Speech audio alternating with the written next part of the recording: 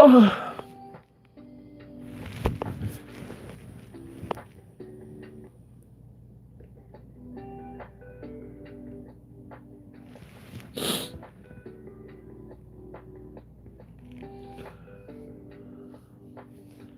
What is that?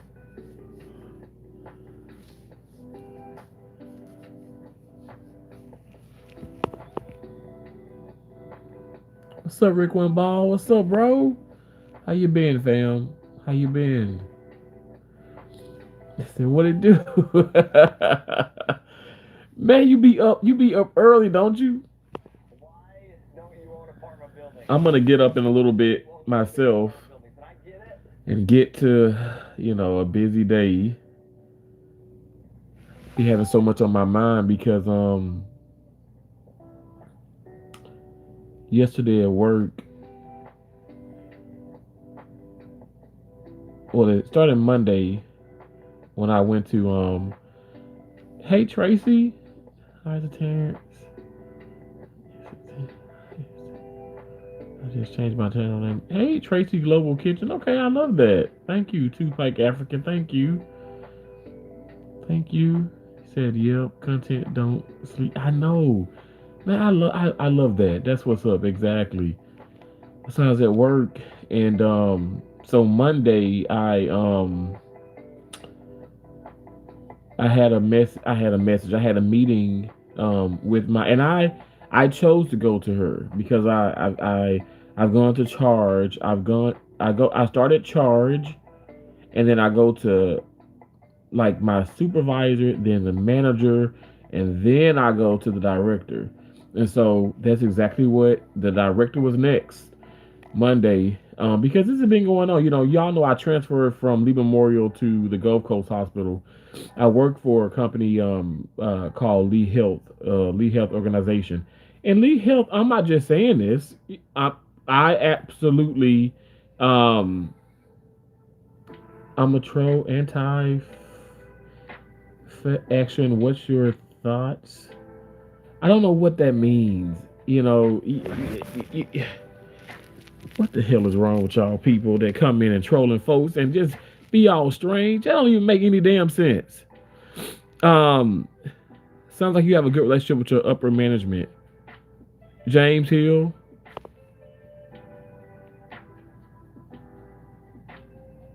You said it sounds like I have a good relationship with my upper man. Well, I'm gonna say this. I don't really think so. Let me just say this. Okay, the management here has an open door policy, but so Monday I did go. I went to my director. I talked about the things that's been going on and all that, and I see some changes. This is okay. This is the point that I'm trying to make here. When I went to my director, I already told her. I said, I know that you can't. You're not God. You can't solve everything. I don't expect for you to solve everything. But some of these situations are easily there should be solutions. They can easily be solved. But are you going to do? And I told her, I said, but are you going to do that work? Because you're gonna have a lot of people probably be angry and upset. Well, she says, quite frankly, Terrence, I don't care. And I said, okay. I said, because people being the charge, people being the other managers and stuff say they don't care. But I see them not doing anything because they do care, because some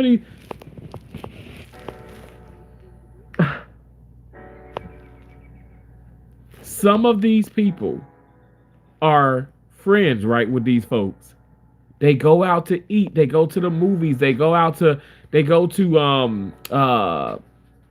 what do you call when you go and you try different wine tastings. They go all over the place. Hell, some people have gone out of the country together, and that's their business. But what's happening is, with management and with the staff, everybody collectively, I feel like it's a conflict of interest. You get what I'm saying? You're afraid to call out your friends because they're lazy as shit. You're afraid to call them out. And so I'm coming from the outside in. What prompted this live? You know, I woke up from a nap. Hey, Leo, how you doing? I fucking miss you, big dog. I just been so big. No, it's okay, Leo. I appreciate you for coming in. 310 man Ruth said hi, hello, grand rising to you. But James, here's the deal. I'm not trying to sit up here and sound negative or mean, but I mean, I guess you could say that there's a relationship. I mean, I can go and I can talk. I don't know if they're receptive. They say that they are, but I'm gonna be honest. I don't know if that's the truth because I feel like it's not the truth because the energy and the expressions don't lie because things aren't getting done because I'm telling you, it's too many people that are like they're friends with each other, and I don't. So when I follow up, let me say this. So Monday I go to her, and then Tuesday was so busy.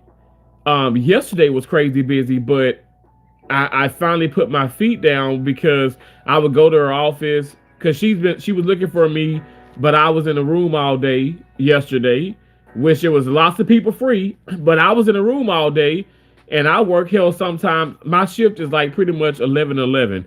I do 12-hour shifts. So I'm in a room, it's 3:30, I'm in a room, and I'm gonna be in a room till 11 o'clock that damn night. Meanwhile, people that's there to 5, people that's there to 7, people that's there to 9. I can't sit up here. I'm not trying to be mean or make this up, but these people ain't in the room. Why are they not in the room? Well, I'll explain to you why they're not in the room. Because the rooms that I'm going into are the vascular rooms, the ortho spine rooms, the neurological rooms, and the heavy ortho rooms. A lot of these people say point blank, oh, I don't go into those specialties. Oh, I don't do. One person in particular literally verbatim says, I'm y'all know, I tell it like it is. This person says, I don't fucking do that. We'll say that at the front desk, and the front desk caters to it. Now, the front desk meaning that you have to charge at the front desk. Literally, like this person literally says this, and the charge like babysits it, enables it, so they work around the fact that this person can't go into this room. Now we talking about able-bodied minds here. So when I had this conversation with management, you said fascism, fascism, because I think it's fascist and fascism. Whatever you say, Tro. Thank you for. Hey, Ethan. Elton. Hello. Sorry. You said don't be scared, nigga. Oh my gosh, you're weird. Want to eat potato? I like potatoes. Charles, are you black or Mexican? I'm white. I'm a Caucasian male. But it just looks like I'm Mexican or black, but I'm actually a Caucasian male, 100%. They're definitely sleeping with each other. You think so, Night Game? You think so?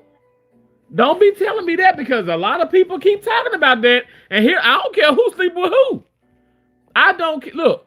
They can sleep with they damn cows and pigs and horses at the damn farm. I don't care. It has nothing to do with me. But when you at work, we are there to work. We're not there to socialize. I am so aggravated because of this. So, and I'm still not getting. I'm reading the comments, you guys, but I'm gonna get back to what I'm saying. So I'm not gonna really see the. I'm not gonna see the comments until a minute, but I'm just gonna read the rest of them. Absolutely, they're enabling them if they don't call them out. Absolutely. You say in the company. Why? I believe it. Yo, man, is this live hard? In the company, MJ friend has a caner now. Do you know a guy named Gustavo? Anarchy? Are you being funny about like government and all that stuff? Good morning. Hello. They're busy together. Wish you had a union to support you with this. You know, James, it's so crazy you say that because yeah, this is not a unionized hospital. It's not. It's so not a unionized hospital. And a lot of places like let me just say this: they don't like the union. They don't like the union. You said took long enough. Where are you from? I'm from the USA. Took you long enough. May Jesus Christ, the Most High, bless you and yours. Thank you so much, Nico James. God bless you. Thank you for saying that. Night game, come and find me so you can work at my studio. Terrence low key trolling, laughing my fucking ass off. Leo, I'm not. Damon McGraw said you on a stakeout. I'm not on a stakeout, but sometimes I feel like that in my damn job. 313 Kurt, come find me so you can work in my studio. That's why they're using company resources. You think so? That's why I use company resources. So, okay, so let me get back to this meeting. Okay, so I go Monday, and and again I do chain of command because that's what I'm supposed to do. I do chain of command, and what? Okay. Anyway, Final Destination. We were talking about you. We were talking about you at work earlier though, because people were joking like, "Oh, there's gonna be a Final Destination 1,150 because there's so many Final Destinations." And it's so funny that somebody named Final Destination will come into my live stream. Anyway, so I have the meeting Monday, and I'm speaking with the director.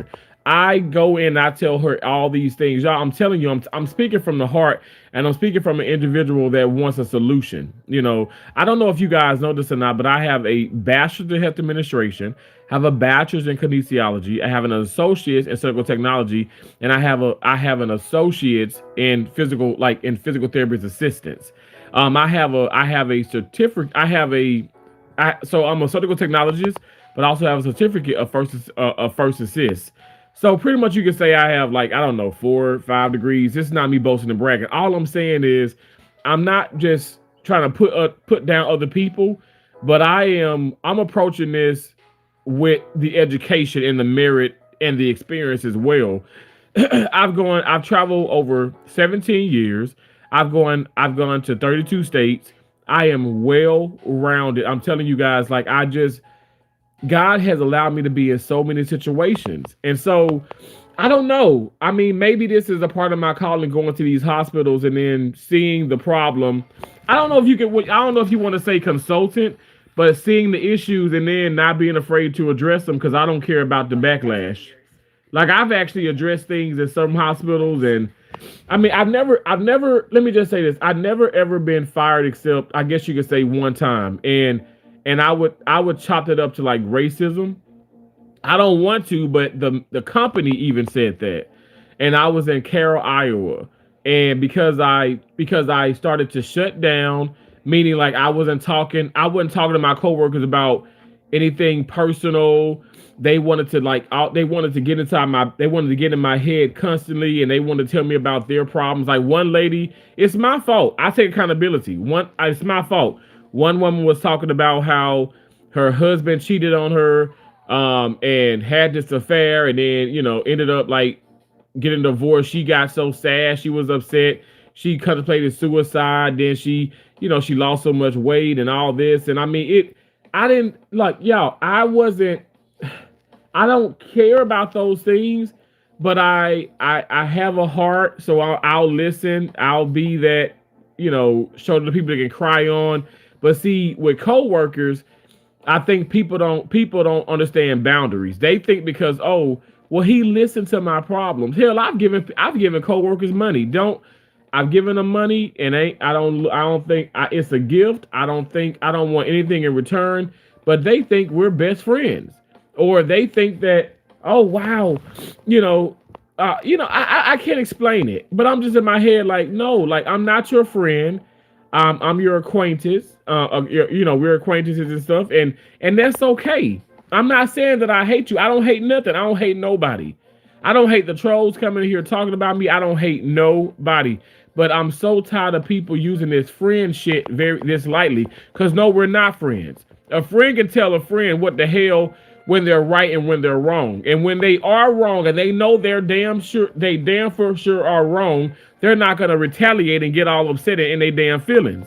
I mean, maybe they'll get in their feelings, but they're not going to, like, They're not gonna, hold grudges. So anyway, I ain't got no damn friends. As I told management at this damn in the meeting today or yesterday, I should say, I told them, I said those people out there are not my friends.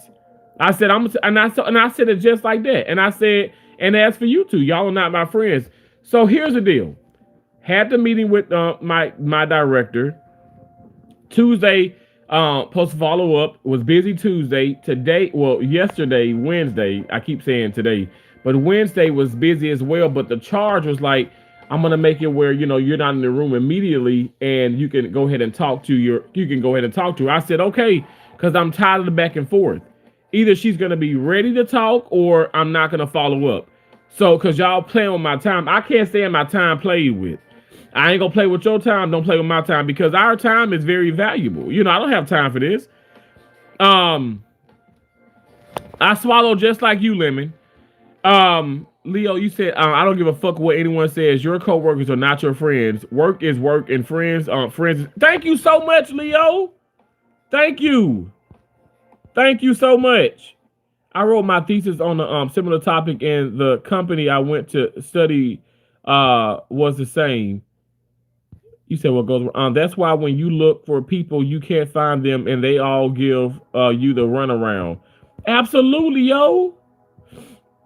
They will protect each other, and then their secret relationships are leverage collapse. Wow. You said Crockett for president. Now I know you lying about that. Now I know you lying. I know you ain't coming in here talk. Okay, if you look, you can say what you want to say. But that's lies. She is not. I don't want her ass to be the president. Anyway, so do the follow up. Finally, do the follow up, because they my charge made it where I wasn't put into a room miraculously. Oh, surprisingly, because it's 2:00 and Terrence is not going into a room. No. Because she needs to see me, but you want to put me in these. You want to put me in a particular room because other people don't go into this specialty. And I ended up at the end of the day, I end up doing the meeting with them, and then when I got out, of course, sure enough, I was put into the biggest room. She was like, "Oh, you're my star pupil." You know what?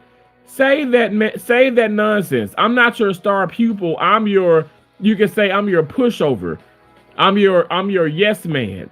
I am your, do every damn thing under the damn sun and supposed to smile person. And so, but again, at the end of the day, slowly but surely, they see in the fact that I'm not that nice, I'm not a pushover, and I'm not blind. It's just the fact that I love to work, I love what I do, and I don't like the people, but I love what I do, and that's just point blank. And I don't have to like these people. I don't hate no damn body.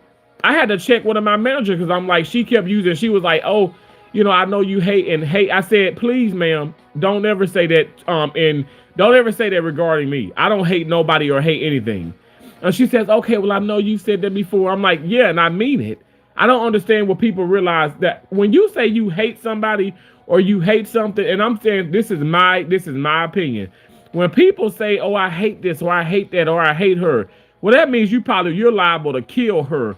You're liable to kill him. You despise that person. So you don't care. They can drop dead right now. And I don't use that terminology. I may not like somebody. I may not even support or respect some people in their situations, but I don't hate nobody.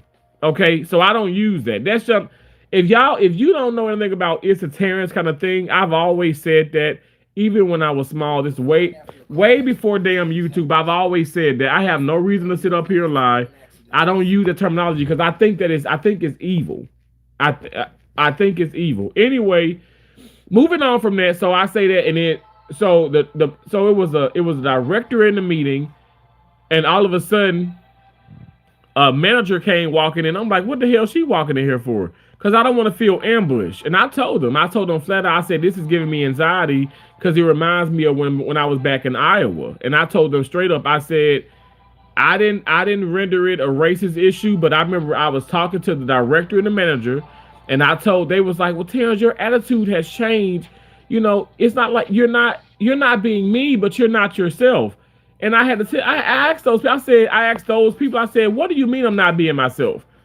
You don't know shit about me. What do you, like, it's comical because people telling you you're not being yourself. How the hell you gonna tell me that I'm not being myself? Who do you think that I am? Well, you used to come in and you used to be like, oh, hello everybody and how's everybody? I said, okay, and because I don't come in and I don't do that now, so am I being myself? I said, y'all are hilarious. And I recorded that whole damn meeting. And I was very, very careful, because I'm telling you, they people try to flip the script on you. So I said, so I have to come in and I have to be your guys' cheerleader. Oh, that's something I can't stand. Please stop this. Because, Terrence isn't as happy. And okay, if Terrence isn't happy, the world is just going to crumble. If you don't get the fuck out of my damn face with that. If you don't get the fuck out of my face with that. I am not here for anybody at this hospital or any hospital I go to. I am not there for any of those individuals. You know what I'm there for? I'm there for that damn patient. And that patient is the number one and will always be number one. I'm not there to please nobody else. Now, and inadvertently, I'm going to please the doctor. People are just going to like me naturally because I'm going to go in, I'm going to do my job. But I'm not trying to be friends with you. I'm going to be cordial and respectful, but I'm not your friend. Like, get that through your head. And I'm not friends with the management.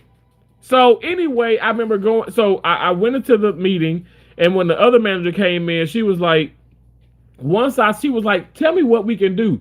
I said, I can't tell you what to do. I said, to be honest, y'all know what you need to do, and y'all got to come with a solution.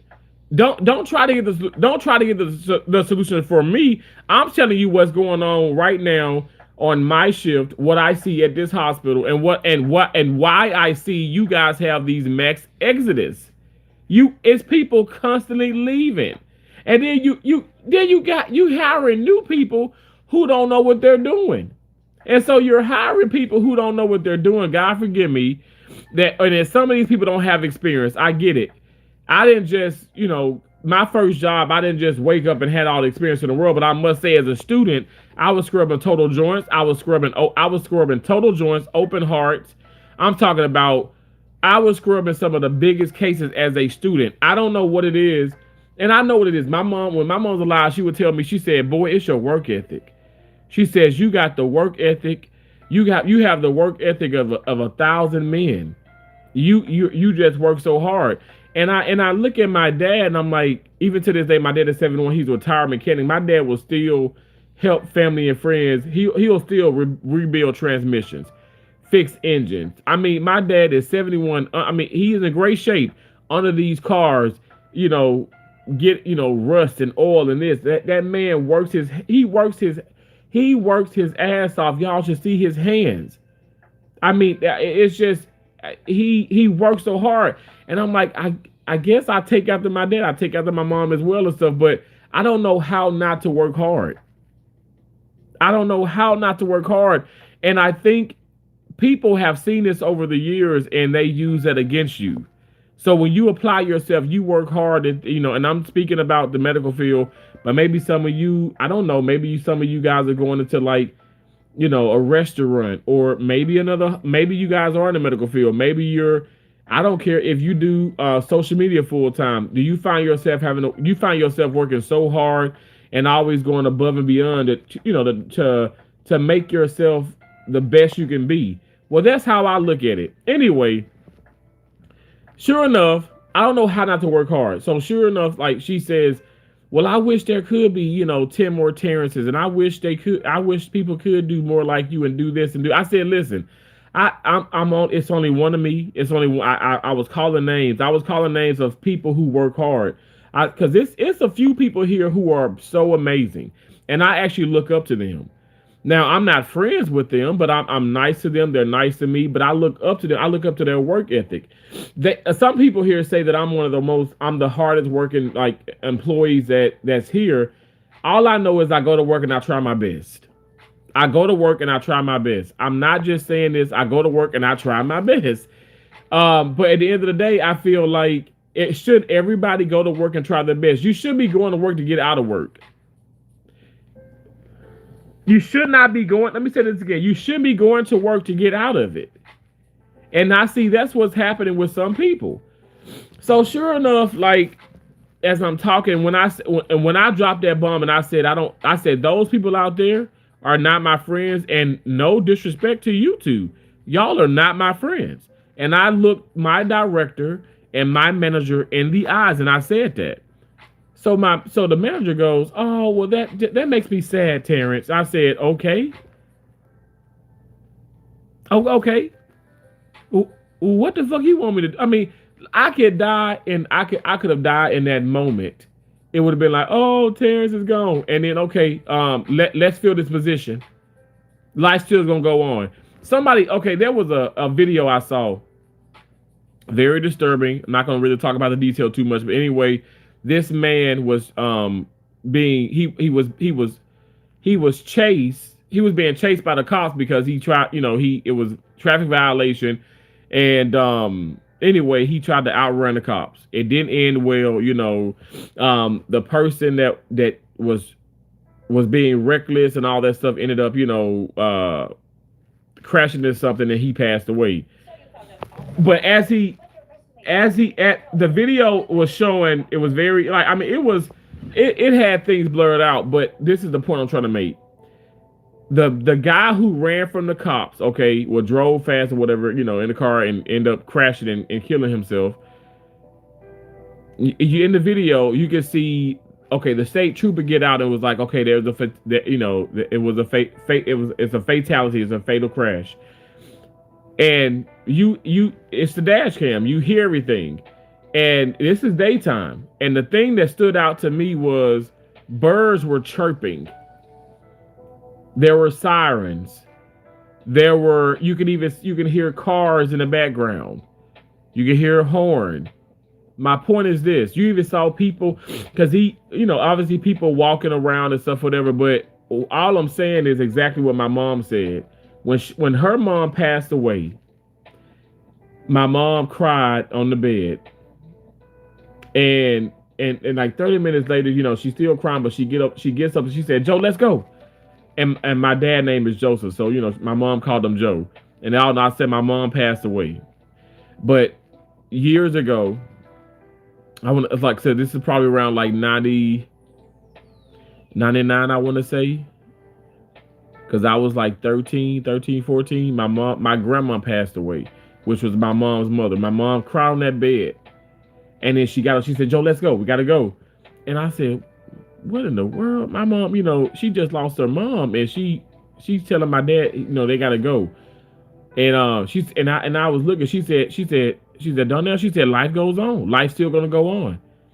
And I was like, damn, because I was like, this is so devastating. But my mom was absolutely right. Life is gonna go on. Like, people die every second. Life is still gonna go on. So when that man in that video, and I heard that, and I was like, the birds are chirping like it's nothing. Like, everything is still in motion. Life is not going to stop. Because, say, when your life ends, life doesn't stop. You get what I'm saying? And that's what I'm trying to, I hope I'm not sounding like I'm weird and stuff, but I'm saying, as me in the hospital setting, Lord forbid I were to die, life is still going to go on. These people ain't gonna miss me. These are not my friends. And let me tell you, people may say, well, Terrence, you don't know that. I do know that. Because look at your actions. My friends will not set me up. My friends wouldn't sit up here and be like, oh, could you do this? Could you do this? Could you do this case? Could you do this case? And I do these cases, and then you just sit around and you just talk and you play. You color. Or you do this damn puzzle thing and stuff, whatever. I'm telling you, my friends will not sit up here and do that. My friends will be like, you know what? We're gonna share this stressful situation. You're gonna do this case, I'm gonna do this case, you're gonna do this case, I'm gonna do this case. My friends will have my back. My friends would speak highly of me. My friends wouldn't put other people down to build themselves up. My friend wouldn't get around a group of people and joke about somebody who may be going through all type of situations in life. There's a bunch of toxicity, not only here, but it's toxicity everywhere in this freaking world, and it's devastating to me. So when I say I don't have fucking friends at work, I do mean that. So anyway, the manager, she goes, well, I know that morning you came in and you were singing one of the songs I like, and you do and you said and I said I like karaoke. I said I would love to go to karaoke. I guess we did. I said, see, that's the problem. I said, you think because say if we go out and say if I do want to go to karaoke with you or we do this, you think we're fucking friends? And I told her just like I said, see, that's the problem with people. Why can't we? And I had to tell her, I said, I'm not gonna call names. Like, I told her, I said I'm not gonna call names, but there's two POAs. The POAs are the people who they clean up the rooms, they clean up they're vital parts of the operating room, but they clean up, they do turnovers and stuff. A lot of people call them like OR aides or even orderlies. I don't like orderlies. I mean, some people they say janitorial or whatever. I like to say just housekeeping. I think they're brilliant. They do such a great job with cleaning up the OR. I clean the OR up myself because it's within my job description. I'm not too good to pick up a mop, but some people are. But anyway, I had to tell her, I said, do you realize I'm not friends with nobody out there, but there were two people that was in need, they were talking about bills and this and this and that. They didn't ask me for a dime. I offered, hey, here's a couple $100. I actually did that to a couple of my coworkers. I said, never bring this up again. You ain't gotta pay me nothing. We're good. And I'm not calling. I didn't call names in that meeting today or yesterday, but I just told her just like that. She was like, "Oh, that's so sweet." I said, "Yes, it's very kind. It's very sweet, but that doesn't make them my friends." Do you get what I'm saying? Do I sound crazy? Do people understand what I'm saying? All I'm saying is I'm tired of using this friend word lightly. I might say friends and stuff on here, but I'm just saying legit friends. People can never, because at the end of the day, I hold my friends accountable.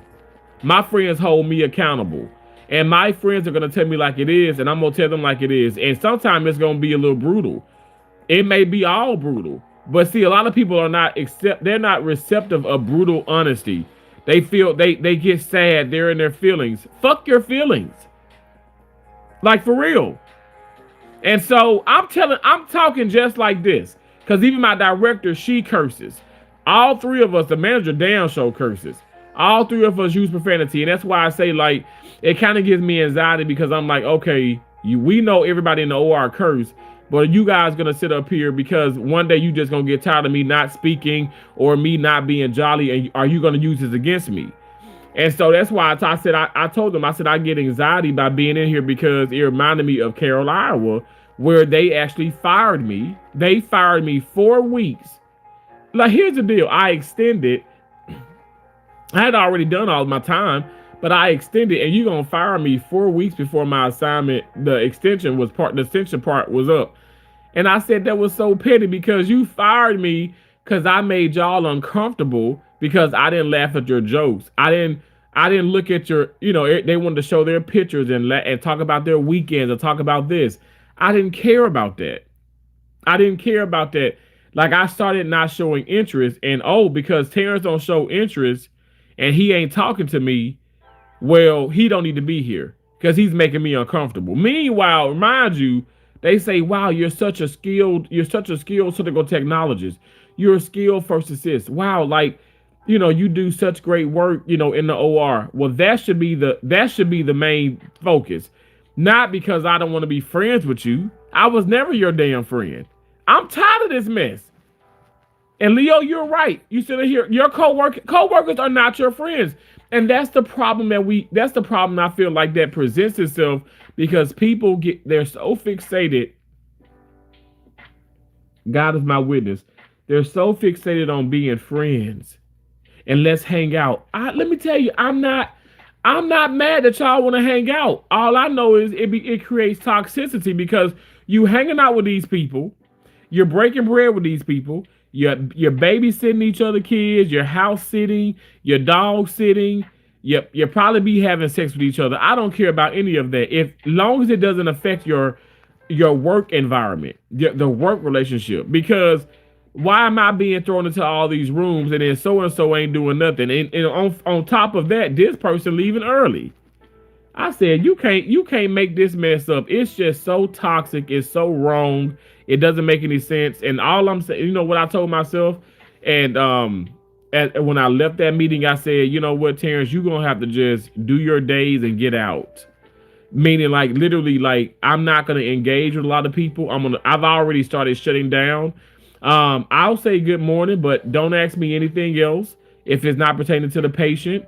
I'll smile. I'll smile. I'm not coming there like frowning, but I'll smile. I don't have time for any ignorance. And I'm telling you, like, I literally now there was two people earlier yesterday morning when I went into work, and their energy is always off. But just so happens today they say good morning. I walked away from them. I did not say good morning. I'm not gonna lie to you. I did not say good morning. I sure the hell didn't. I did not say good morning.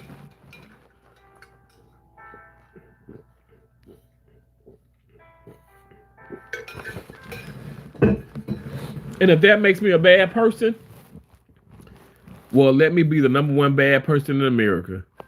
Because I'm not fit to sit up here and give my energy to people who I know are fake, phony adults. I don't have time for that mess. So you get what I'm saying? Like, literally, this is an issue. The issue is some of the management. And like I said, as far as the director, I think I have an incredible director. She's super sweet. She does listen. She has an open door policy. I mean, I find her very sweet, very kind. But that still don't make you my friend. And she agreed. She agrees. And I told her, I said, I'm not here for no damn social hour. I'm not here for social hour. I don't care about what's going on in your life. It may sound fucked up. It may sound fucked up, but I'm being so serious. I do not care about what's going on in your life. I care about making sure these patients are taken care of. Like, does that make me a bad human? Like, honestly, let me know. I'm gonna get to the comments now. Am I a bad person because of my mindset? Am I evil because I'm saying this right now? Am I evil? Am I self-centered? Am I hateful? Do you think that do I sound mean? What do you guys think? Esoteric Alchemist, what's up? How you doing? You said legit thought he was EDP for a second. Okay, no problem. I mean, you know, some people probably look at your mama and think the same thing. Leo Martinez says the cycle of life and death continues regardless. Exactly. Same thing my mom said. After what I saw, I couldn't imagine 20 years in an environment where I can't control the work ethic. Couldn't do it. That's why I work for myself now. Wow. A lot of people say that they start their own business and work for themselves. You're there to put your best effort in to help this patient survive. Leo, man, bro, my right-handed guy, yo. That's all I'm here for. It makes me want to cry. You guys don't understand. Like, I'm not just saying this. Like, it makes me want to cry because I'm not a mean person, but I am not their friends. And I think it's very, very important for me to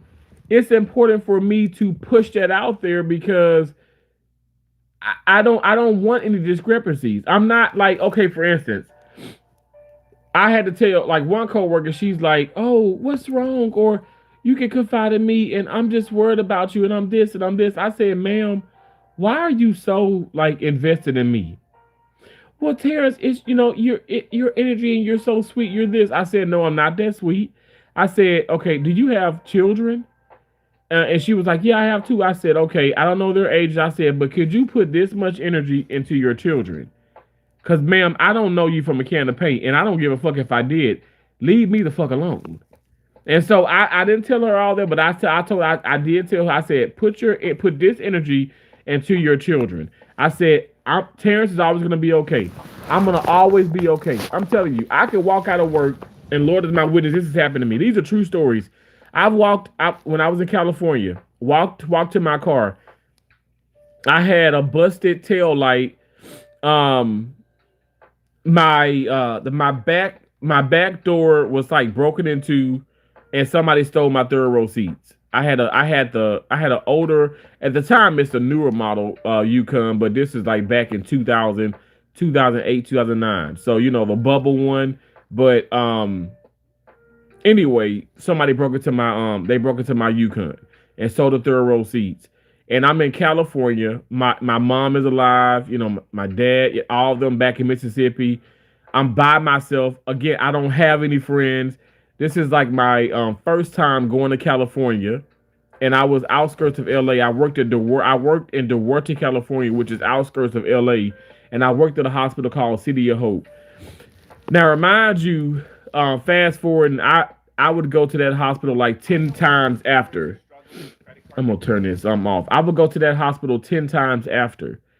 Um, them breaking into my car and all that, vandalizing and stuff, whatever, and stealing stuff. That didn't make me want to stop traveling or make me want to stop living. My point is, life still went on, right? So I thought my dad said it was an inside job. I think so to this day, because 10 other people with their cars, they had Yukons and like Suburbans and Tahoes and of that nature, and their cars were broken into as well, and they stole the third row seats. But I digress.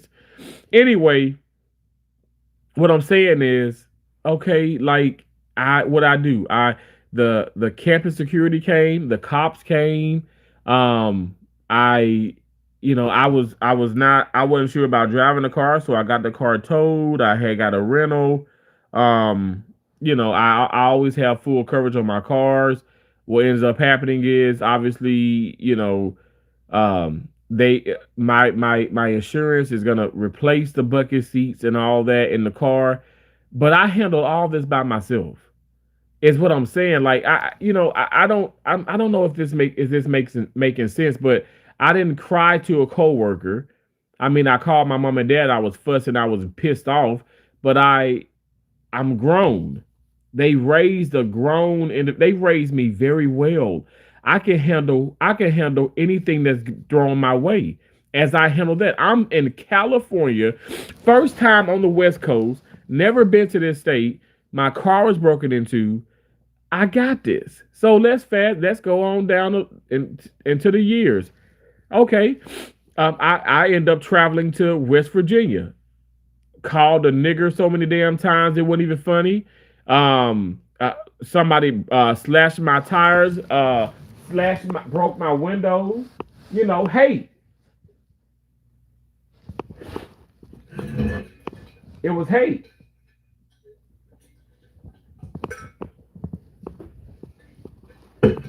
They were hating. And so my point is this, like, I didn't leave that state. I didn't leave the city I was in. I dealt with it. What I'm trying to tell you is, I don't know how you guys maneuver through life, but Terrence, me, I can deal with anything, any obstacle, any type, anything. I'm telling you, because because who's in front of me? God. God always guides me. Always guides me. That's how I'm telling you guys, I can deal with whatever. That's why these trolls coming in and people coming in, like, I can play with you and stuff, but I'm not offended. I'm not angry. I think sometimes it's just absolutely just disrespectful to come in and troll people when folks having a legitimate, like, real live stream, real conversation. But anyway, everybody want to get their voice heard, or be everybody want to be like in the limelight for like 5 minutes. Okay, whatever. Because I ain't blocking no damn body. But at the end of the day, like, I'm keeping it real. Life still goes on, and I've handled every type of situation. Like, I mean, I come to Florida. My white Denali ended up, going from Tampa, because I evacuated from Tampa to Naples, and this is some years back when Hurricane Ian hit. Damn car completely submerged underwater, flooded. I mean, total loss to my Denali. Life goes on. There's no cars at the time. I'm stuck. I'm stranded. And it's like, you know what? I pray about it. I wait. I'm patient for a week and a half to so they start getting cars back at the rental place. I take a lift to the airport. I rent it was like a Chrysler Pacifica, for Enterprise.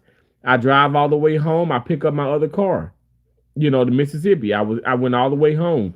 At the end of the day, I don't know about you guys and stuff, but I have a can-do attitude. Nothing is gonna stop me. Nothing is gonna stop me because I'm telling you, I follow God. I follow Him very close. And this is the deal. Like, this is how I know this separates me from some people. Some folks, like the things that I've gone through, and I can guarantee you, and I'm not trying to scare people, because I've had two close friends commit suicide, so I don't play about that. But I'm just saying it will make you probably want to hurt yourself.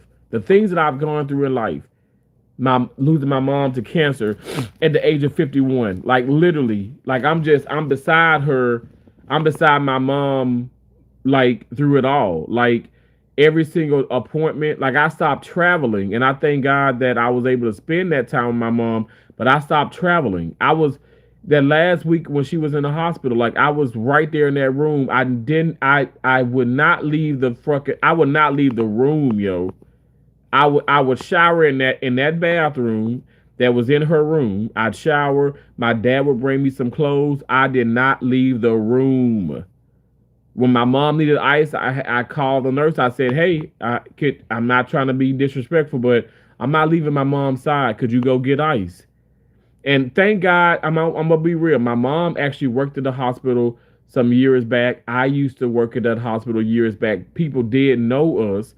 Not trying to say they gave us special treatment, but the thing about it is, they knew us, and they knew that my mom was an amazing woman, and they knew I was a hard worker and stuff. And some of those people were like, man, if our son, if we could have a son, half the son like you had, like you are to your mom, we will be such pleased. We will be pleased mothers. And I said, thank you. I was like, but I'm not doing this. I'm doing this because I love my mom. I'm doing this because she raised me. She raised me. She protected me. She helped me, and I'll do it all over again and stuff. Like, I just love my mom. And that's also something I said to my manager. I said, don't think because I'm shutting down and I'm not saying hey to everybody or talking and all that socializing, right? Like, say I used to, don't think that I'm being mean or I'm evil, because when it comes to that patient, I treat every patient like my mom is, like it's my mom on the table. And if anybody knows me, truly knows me, and if like truly knows me, and as you guys follow me, my mom was a queen. My mom was everything to me. Like, seriously. I even say is in present tense because she's hearing me in spirit. Like, I just love my mom.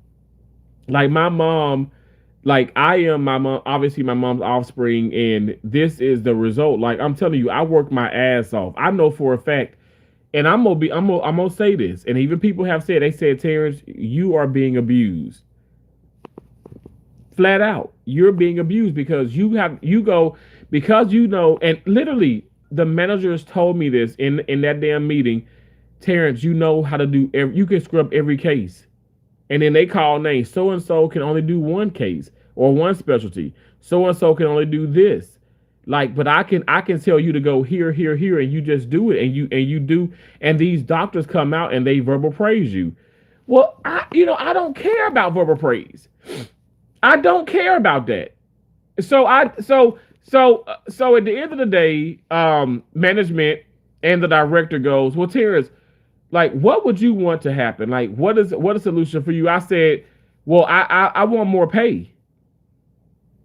I feel like if this person only does one, okay, let's just say you have general surgery, orthopedic surgery, you have spine surgery, you have all these surgeries.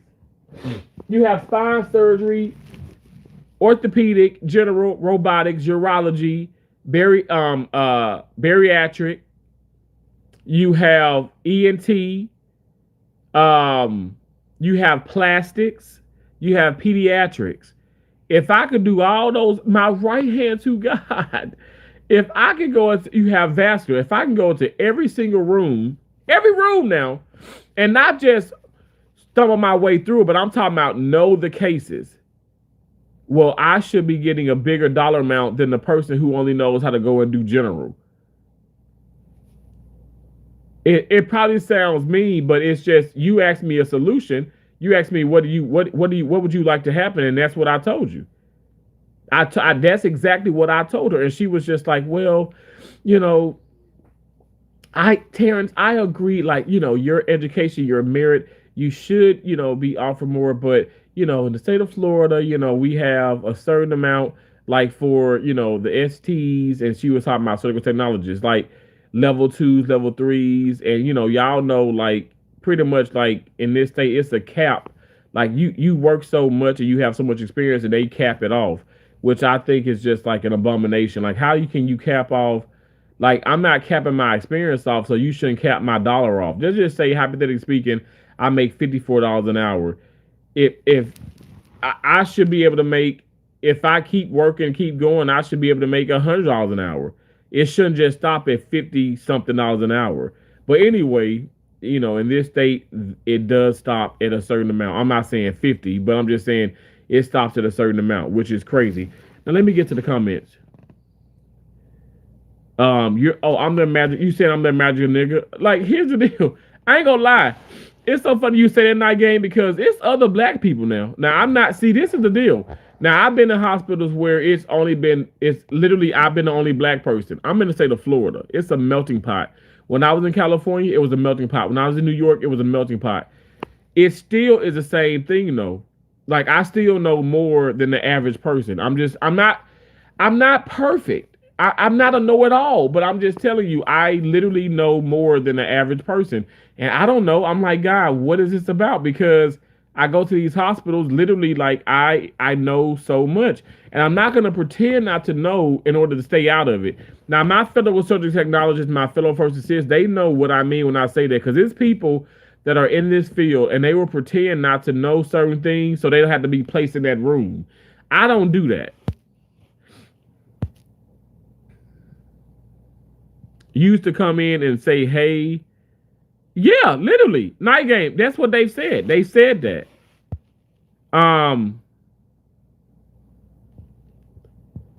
Oh my gosh, you're weird. Leroy, you're there to put your, yeah, exactly, best efforts to help patients survive. Can do it. What I saw. Beyonce said, pretty hurts now. I know why a bad bee like me is always in pain. That's funny. I'm sorry. Thank you for that. That's hilarious. Not your friends, they're just your associates. Straight the fuck up, dog. Right, Leo? Thank you, bro, for understanding, yo. QT legit. Okay, you said I thought it was EDP. I already told I already trolled your ass as well. What's up? What's up? We'll say 67. Hello. Do men ever change they treat their girlfriend wives? The way they treat? What do you mean? Do men ever change the way they treat their girlfriend / wives? I don't know what you're talking about.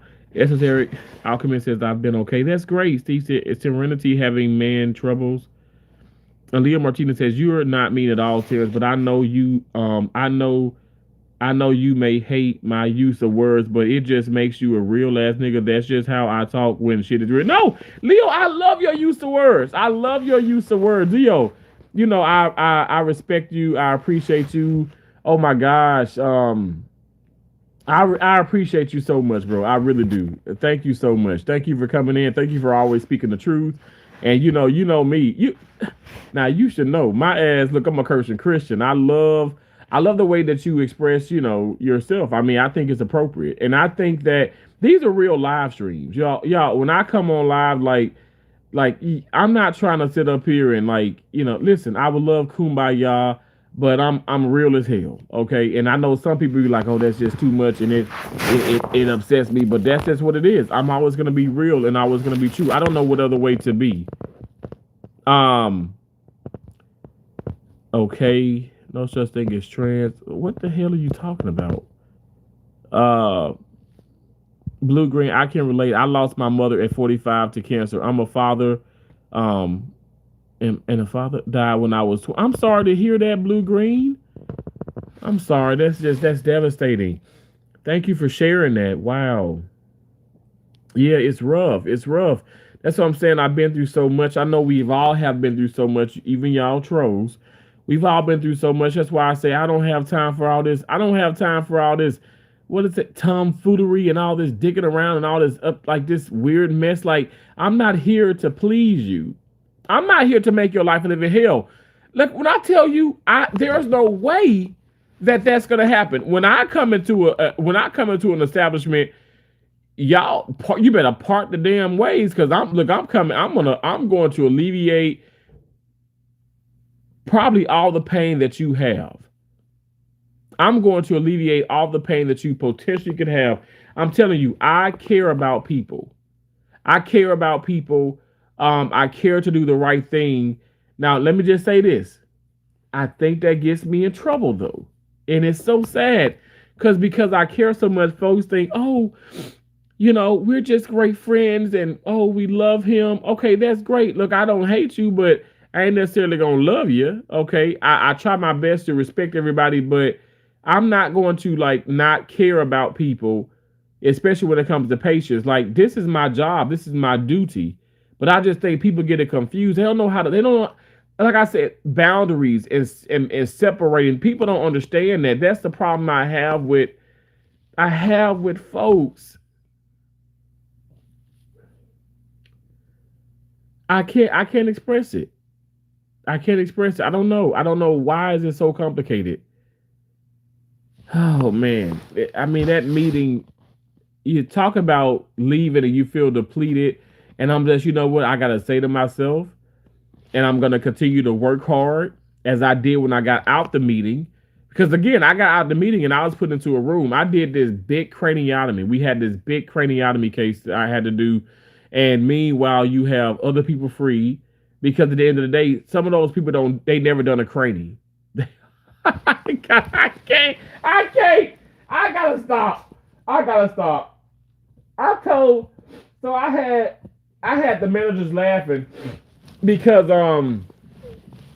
I said I had them laughing in the meeting because I said, so let me get this right. I said, so you hired me because I was actually, before I got here, I was, where was I? I was in, let me not lie. Was I in Portland, Maine? No, actually I was in Iowa. But before that I was in Maine. And before I had came back here to Florida. But I said, so you hire me, we do an interview, you hire me, you ask me all these questions and about experience in this, and I said, I'm sure you probably asked some of those questions to the other people, right? And we talking about people who have been doing this for years. I ain't talking about somebody who just out of school, because that wouldn't be fair. That wouldn't be fair. If you just out of school, you're not going to know everything. No one knows everything, but I'm just saying you're not going to know multiple things. I mean, unlike you, like my ass, because when I got out of school, again, when I got out of school, I was doing total. When I was in school, that's, you know what? I'm sorry. Y'all gonna call? Look, I don't know. Call the police on me. Call me a boastful, arrogant son of a bitch. I don't know what to say, because I guess I had to be that. Because I'm telling you, I am. They look. They ain't like my ass. They are not like me. I can assure you. They ain't like me.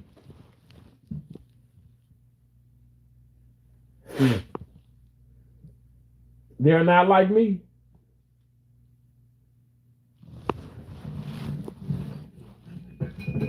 They're not like me, because when I was in school, I was doing, like, I'm telling you, I was doing open heart. I was doing total knees. Like, I'm talking about as a student. That's how I got the job. I had the job before I graduated. And when I went to the hospital, like, I'm telling you, I was already stronger than some people that had been working there for 2, 3, 4 years. And I'm not saying this, it was my peers that said that. I care. Like, I'm telling you guys, like, I go the extra mile. Like, as we speak today, I have notes. I'm gonna read over my notes. I constantly study.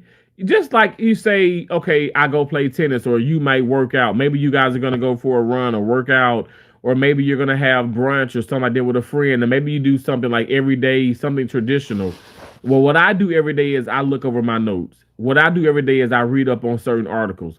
I always want to stay up. Y'all, I'm a medical professional. I always want to stay up on things like health related. I always do. I always do. Even when, yes, I've lost some weight, but even when I was like even bigger, I've always I've always stayed up on top of my career and what I do. It's important. I think it makes for a great individual. But again, like maybe I'm being weird. I don't know. But I don't expect everybody to do that. But that's just how I'm able to. I think that's how I'm able to just like sustain, my mindset with what I do. But again, a lot of people are like, man, I leave that job. I don't even care about what I'm doing till I come back next week. Well, me, I don't think like that. I think it's important to stay on top of what you're doing. You say, yeah, but I know I'm in Florida. I'll be immortal forever. Okay. Have a great day. Stay blessed and doing your best at your calling. Love from Tampa. Wow. See, thank you so much. I was in Tampa with was it last weekend? Weekend before last? Yeah, weekend before last, because the last weekend I was on call. Not okay, what? I never heard of an immortal film boy. That yo, I'm representing for representing the LGBTQ community, Terrence. Okay, thank you. No problem. I'm the first. You seem like a chill dude. I try to be Bozak. I'm chill as hell. Like I mean, and I think that probably is a weakness, right? Because some people are like, oh wow, you so cool, you so chill, and then they just they get over on you, man. They get over on you because you're nice. I'm a nice person. And they take that nice. I'm not that nice, but I'm nice, right? And they take that nice as a weakness. They take the kindness and they think that, oh yeah, you're just weak, you're a pushover. I'm not that. I'm just not gonna turn down cases. I'm not gonna turn down, like I'm there to work. I don't think people realize this. I'm there to work. Like my manager, let me tell you how this. People may say, okay, yeah, you need help, but my manager can tell me, okay, go take a toothbrush and clean the bathroom. I'm gonna go take that damn toothbrush. Look, I will march to that damn bathroom, and that bathroom will be clean, spotless with a damn toothbrush. Some people may say, "Oh, that's back in the slavery days," or you're a slave, or you this, or you're disgusting, you're an abomination. I'm a slave that makes over six figures in a year, or hell, even less than a year. Okay, I don't think there was ever a slave to make that much money, and so that's why I say people can sit up here and say they can say these things and put out this negativity, but I'm not throwing the race card out there. It is racism. Racism damn sure does exist. But I don't have to throw the race card out there. What I'm throwing out there is the fact that get off your lazy ass, stop being friends, or let me say be friends, but know how to separate when you're at work, know that that's not your friend now. That's your if I have a supervisor and say I'm cool with him or her, we're friends outside the place, but that is not my friend. That is now my supervisor, and I am under your direction, and you tell me what to do, and I do it. I mean, I know that sounds kind of weird, but that's just how it is.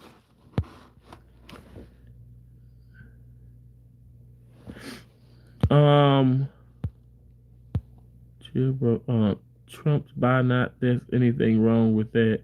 Just a fun fact. Rick, you were hilarious. I mean, how who told you that, and how where you getting that fact from? How is that a fun fact? Just thought I'd add that to the convo. Frankly, I don't know how you all missed it for all these years. Oh Lord. Highland, there can only be one. Trump was often said to be like a screen door. Everyone got a slam. Oh my God. Compared to a worn out old bike. You finna stop talking about my damn president, okay? The Rick, you gonna stop talking about my president. But anyway, yeah, but that's why I came on live. Like I said, maybe I'm just strange, y'all. Maybe I'll always be weird, because I work hard and because I do more than the average person. And maybe that's always gonna get me. I'm probably gonna always be in trouble because of that. Because people people can depend on me. Like I'm gonna always show up and show out. And I don't know, why is that such a bad thing? Why is this now? I feel like I'm being placed in a category where I don't want to be placed in, because I do more than the other person. So now that means you work me harder and you work them less.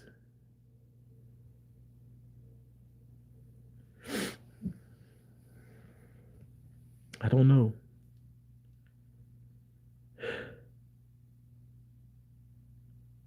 I don't know. Makes me sad. So you see Trump is actually a beard for himself. I don't know what that means. Um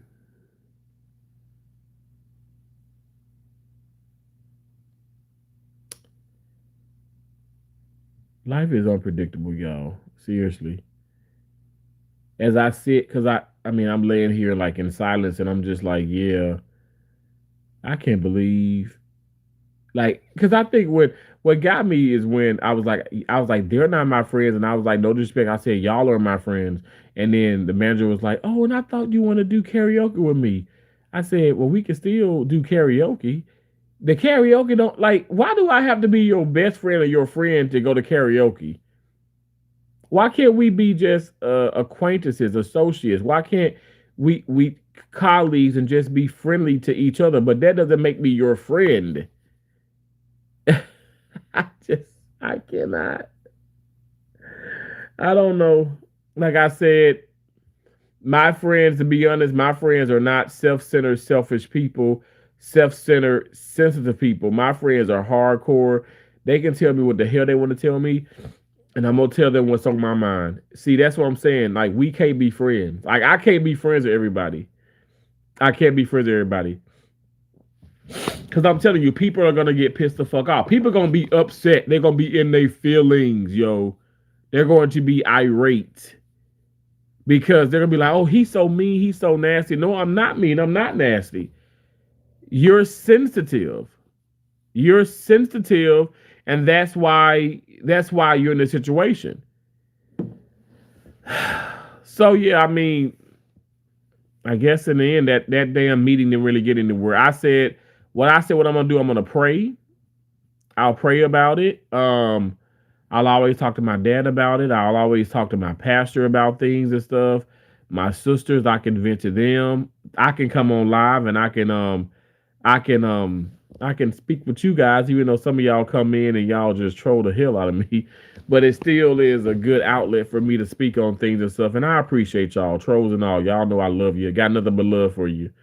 But at the end of the day, I just feel like, it's just discouraging the fact that no two people gonna have the same work ethic, but I just feel like you you're coming to work, you should come to work to work. I don't know. I don't know the solution. I don't know. I already said my solution, but they're not going to give me more money. I said I deserve more money because I work, because I not even I work hard. I work hard. Period. But I know, if I know more than the average person, and that's what you just said. That's what they told me. Well, then okay. Well, let's go then. You know what I'm saying? Like at the end of the day, you telling me that I know this, I know that. All right. Well, and this person don't know this. Well, why this person making what I'm making, or probably making more than I'm making? What is your opinion on Playboy Cardi, Terrence? What is your opinion on Playboy Cardi, bro? I'm trying to see something, dude. Who is Playboy Cardi? I don't even know who that is. I don't know who Playboy Cardi is. Who is? Let me Google Playboy Cardi. Ah! Are you trolling me? Okay, so Playboy Cardi is an American.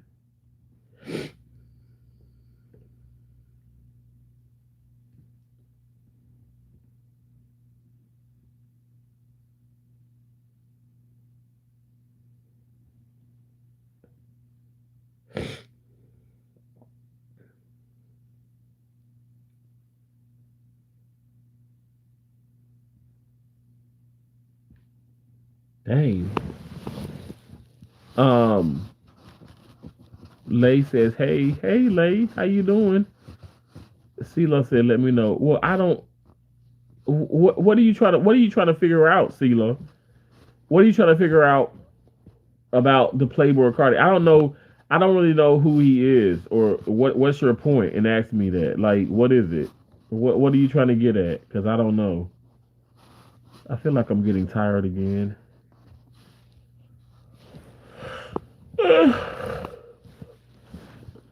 I may just go to sleep on you guys. Is that okay?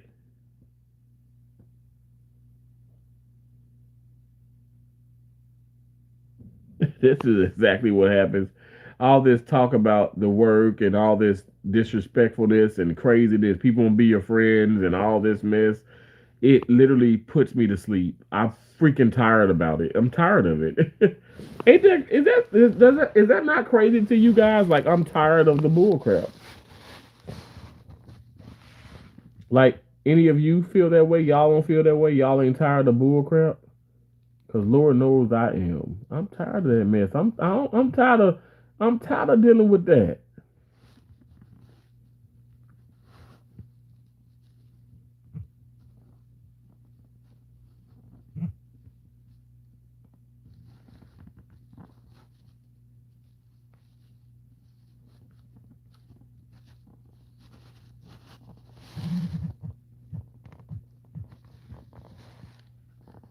It's draining.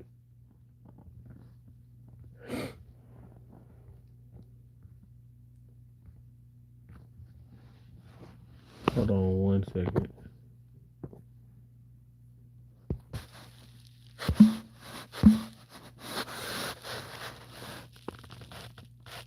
Hey man, you got $8 to spare? Marley, I do.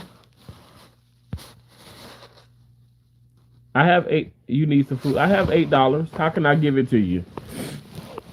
I got kicked out the hospital when my mother was close to passing. Blue Green, are you serious? Why would they kick you out the hospital? Now that's devastating. Oh, that's sad. I'm sorry to hear that. You- Are you serious, Blue Green? I don't see why you would joke about something like that. And I'm borrowing someone's phone. Well, Marley, you in a situation, yo, like you borrowed somebody's phone, you need $8 because you need some food. I don't know. I mean, I'm trying to get the money to you. How can I get the money to you though? I don't know.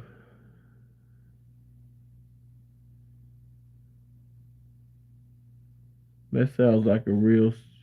That sounds like a messed up situation.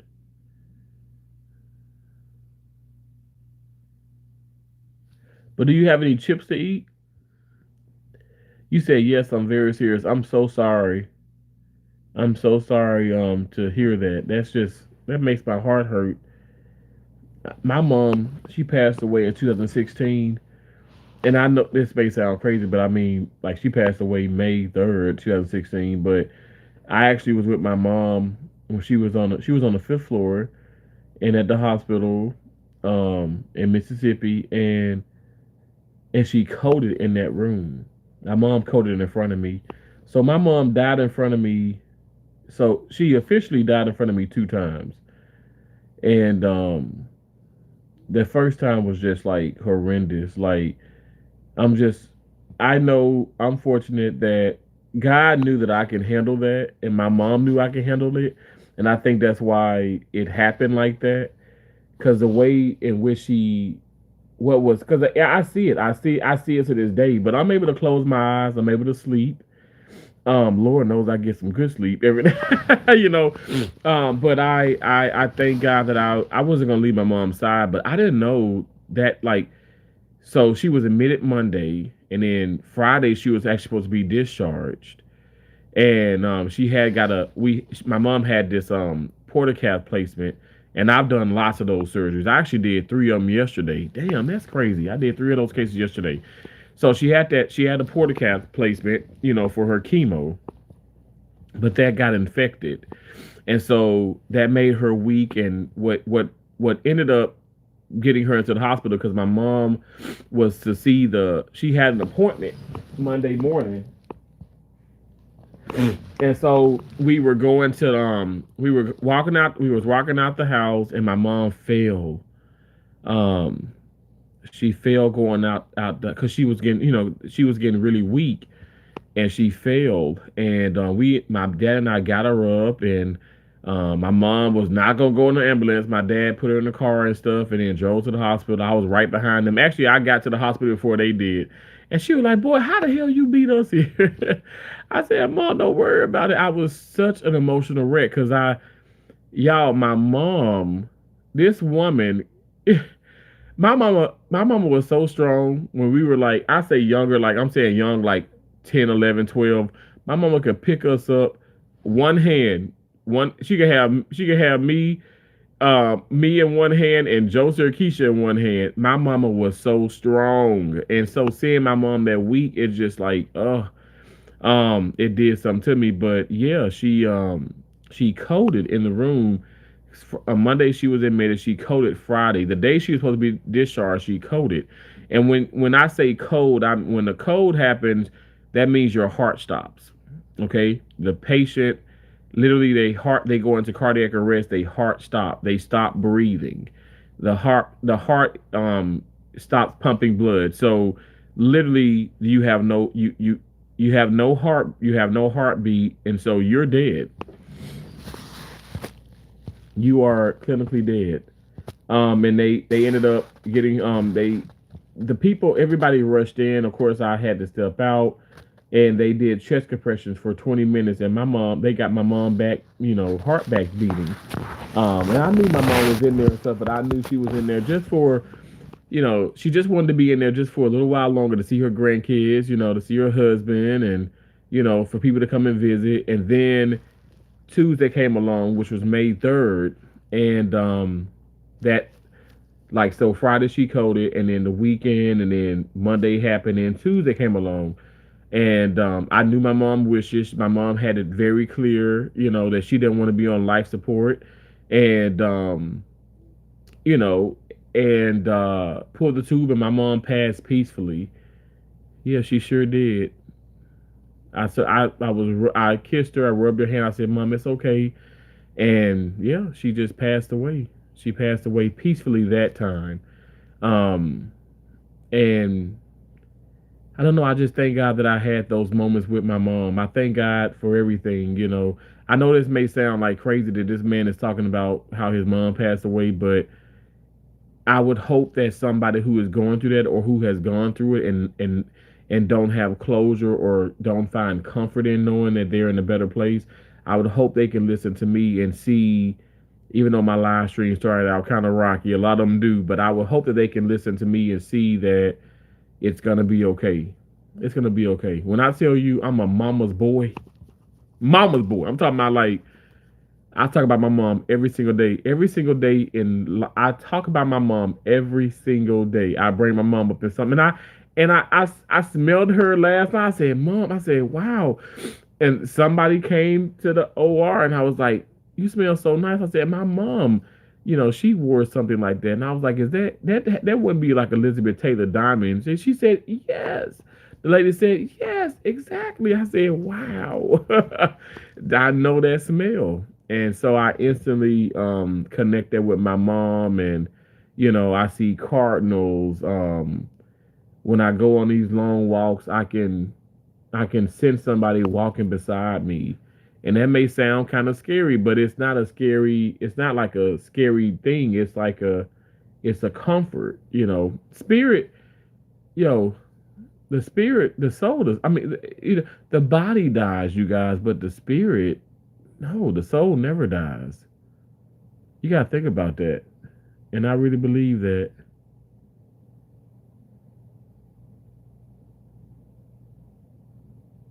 Wow.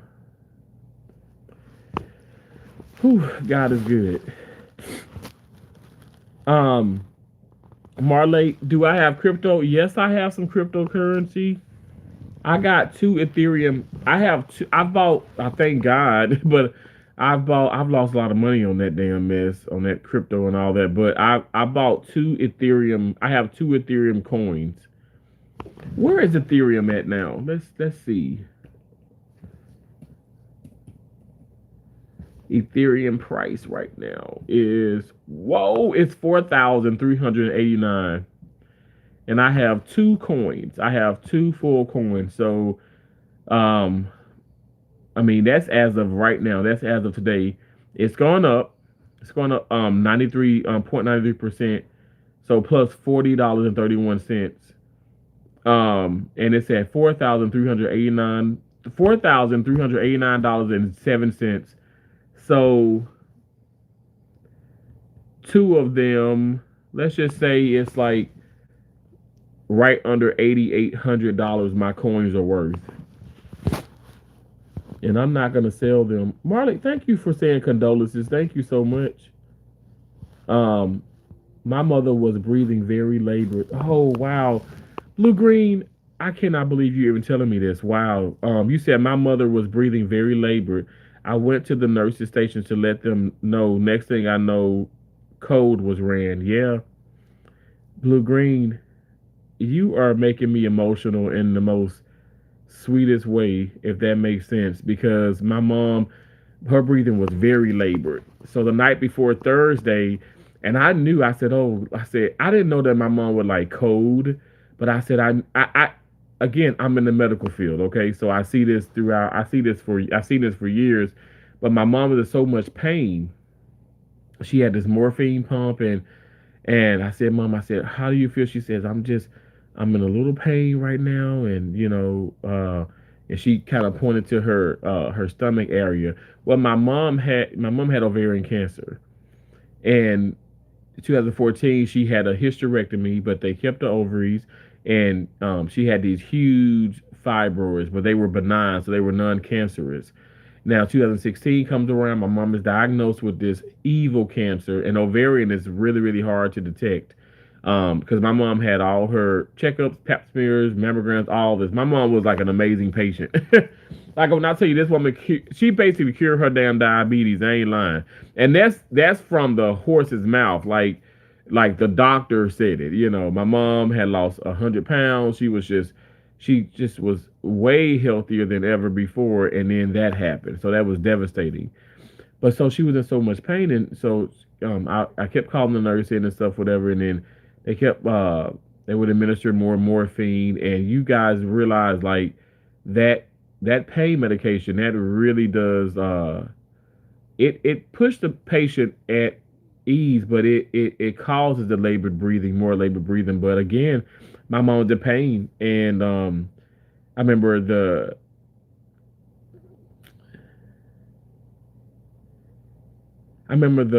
very amazing nurse coming in and checking her vital signs, and I said, "Oh Lord, you know, my mom, she had a labor breathing, and it was like 90/60, and then 80/50. Like that was her blood pressure." I said, her blood pressure is getting low, and the nurse says, "Yeah, yeah, it is." And I was like, she was like, she's confirming to me that it is, and I'm like, um, but my mom was dying. My mom was actually dying. She was. And but I can tell you this, I can tell you what my mom said this the next I'm telling you, Friday came around, Friday morning, and my mom's supposed to she obviously supposed to be discharged. She's supposed to have like x-rays and all that stuff done. My mom, she was up. And I said, Mom, I said, I said, Mom, because her brother had called. Her brother, Uncle Charlie had called.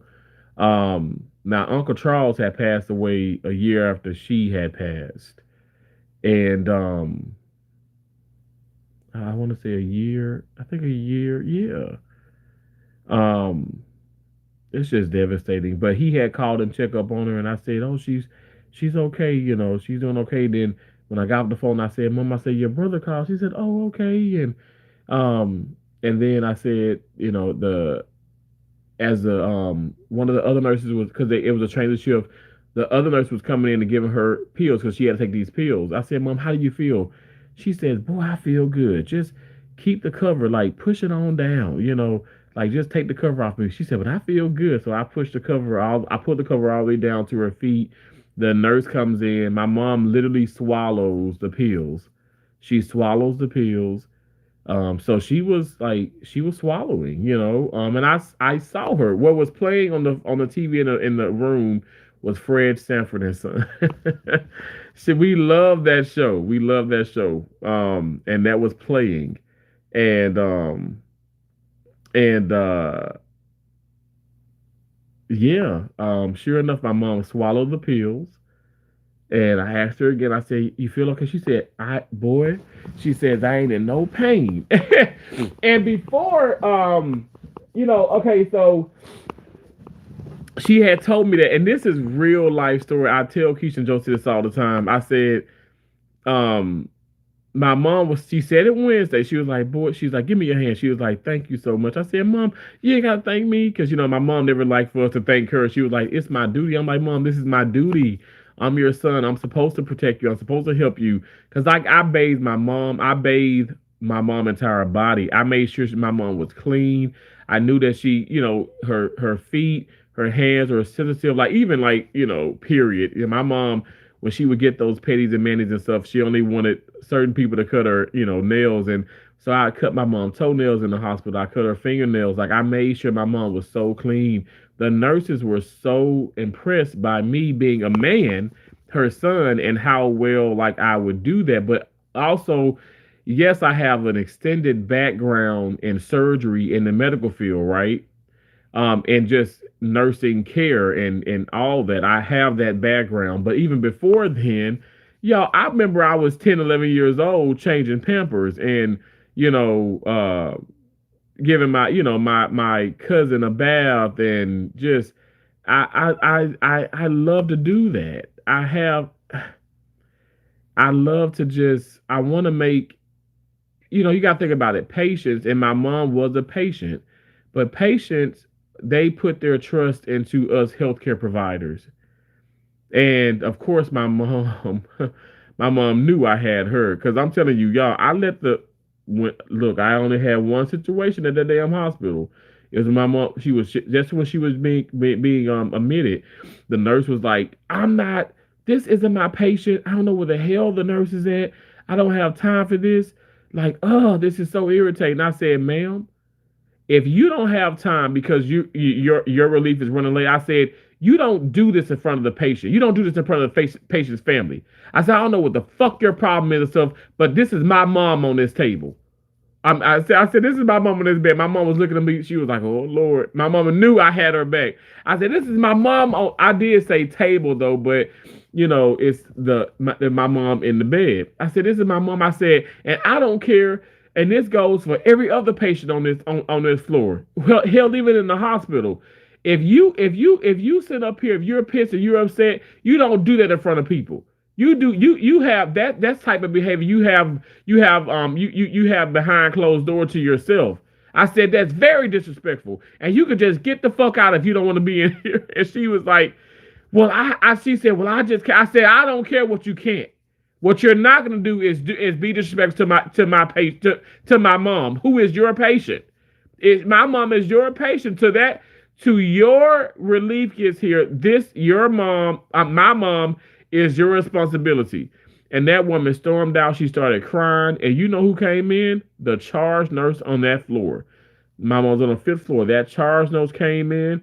You know who the charge nurse is? Somebody who I worked with. Somebody who my mom worked with. And she goes, Mr. Bergen, I'm so sorry, blah, blah, blah. I said, I don't care. I said, don't come in here with excuses. I don't care if she's fucking new. I don't care if she's been here for 10 years. She is not to speak to my mom that way, and she is not to speak to anybody this way. I said, I said, I will be writing that behavior up. And I did. Sure enough, let me tell you, now I don't hold grudges. How about this woman came back? It was Wednesday because my mom's older sister came and visited her. This woman came in that room. She wrote her name on that damn dry erase board. And when I tell you this nurse, that nurse was so respectful and so kind. And my mom was just like, my mom, y'all, how I knew I should have known something was going on with my mom because my mom was a complete angel. My mom is an angel, but my mama was like not the nice one. She was like to the point, but she was so patient and she was just so welcoming during those times. Um, but she greeted that woman. She made the nurse feel respected and stuff. I mean, let me tell you now, I was still tough. But I love the fact of how she did a three. She changed her tune. And it was very nice. It was how it's supposed to be. But I'm just saying I'm going to be an advocate always for my mom. I'm always going to be an advocate for patience. Um, but yeah, that was messed up. But I miss that woman. I'm sure Blue Green. I'm sure you miss your mom. But thank you for saying that. Thank you for because you just had me go off on a tangent. I just started thinking about my mom when you said the labor breathing. I said, yeah, that's what happens. That labored breathing, and then it's like death is near when it's like that. I don't know. I'm not trying to scare people, but That's exactly what happens. But my mom, yeah, she swallowed those pills just fine, and she had told me that she loved me again and she's proud of me. And sure enough, like I mean, a moment after my mom, I heard this like kind of gargling noise, and she put her head to the side and she just like stopped breathing. But like I said, I don't want to be too gory because it was other things that happened with her body. But like I said, that following Tuesday, she just passed peacefully. It's like she just went to sleep. Um, but yeah, everything's gonna be okay. Like I said, I hope that I don't want to upset anybody doing this live stream, but I hope that it can be comforting, you know, to know that what the way my mom raised me, she knew that okay, you good, you are good, you're good to tackle this world. You got this, and because my mom raised me, so what you see right now, and as I speak, like this is the result of my mom and my dad and how they raised me. And nobody, like I said, the trolls, people at work, these fake friends of mine, people in my life who are fake and stuff. None of these people are going to distract me from my purpose. None of these people are going to remove the blessings that God has bestowed upon me. Only I can do that. And I'll be damned if I put myself into a situation where I remove my blessings. Hell no. So I would hope that it can be comforting to you guys. I will hope that you understand that you can speak up for what you believe in. You can and you will succeed. You have to believe. And even if my dad's alive and well, okay, my dad is 71. He turned 71 September 25th, actually, last month. I can't believe we're October 2nd. This is so crazy. But I talked about that a lot about this. I say because my dad, obviously, both his parents have passed on, and my dad was a mama's boy as well, and he was like, Donnell, I know it's hard. I said, I know that it is hard. I was like, I thank God that I have you, but it's like nothing like a mom. He was like, I know, and we just talk about her, but just know that your loved ones are in a better place. I really do feel that way. I feel that way. And some people say, what if your mom was an angel? She was this, she was that. My mom was so rude and this and this and that. I was like, you know what? I pray that your mom is at peace. I pray that you're at peace. And I pray that you can have a forgiving heart because if you don't, I just feel like it eats you alive. You know what I'm saying? And nobody's perfect. That's how I look at it. But anyway, Like I said, I hope blue green. I hope that it could be some comfort to you. I feel you, brother. I am in a bad situation too. Are you serious, Marty? I'm sorry. Blue green says during them running cold, I requested doctors being in the room. I did not see a white coat. Someone came out and told me their phone was not working and they were unable to become a doctor. Oh. After 2 hours later, three police men showed up to my mother's emergency room while I was in there and claimed that I threatened a nurse. Are you serious? That sounds like a damn lawsuit. I ain't telling you to do. I ain't telling you to do it, but that sounds like a damn lawsuit to me. Brain bites facts. What's your opinion on white skinned people? I'm white, so my opinion, white skinned people are amazing. But I'm white. I'm a Caucasian. This is like not a this is a white face. Um, are you a doctor? No, I'm not a doctor. I'm a doctor. You can say I'm a doctor's assistant in a way. I'm a first assist. I'm a certified first assist in surgery. I'm a certified surgical technologist. I'm a certified sterile processing technologist. I have everything recorded, and I was also threatened with arrest. Even the day my mother passed, they will not let me in the hospital. Oh my gosh, that's terrible.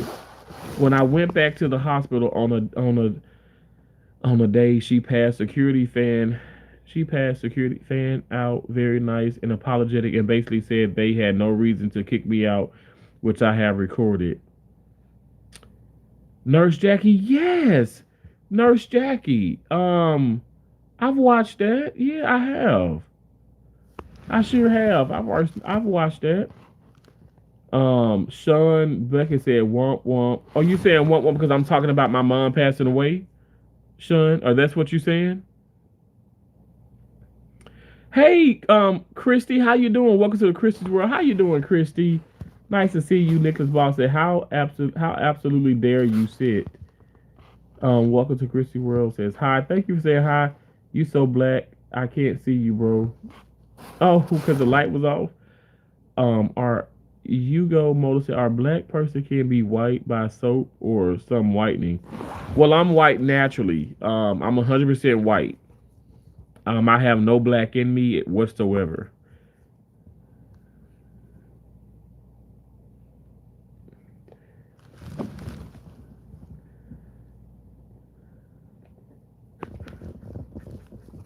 I gotta stop. I'm a damn fool.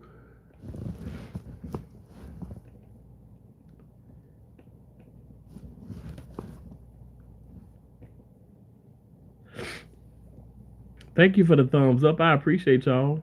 Hope everybody's doing well.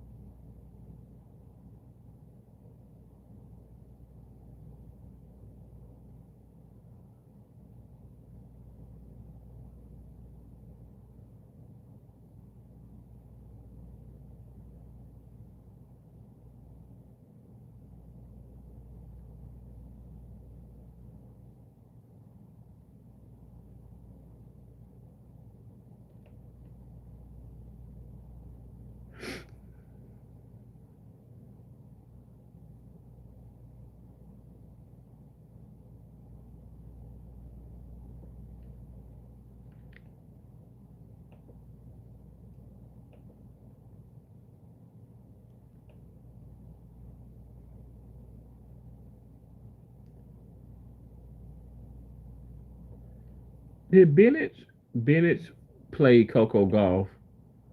Who won? Did Coco win?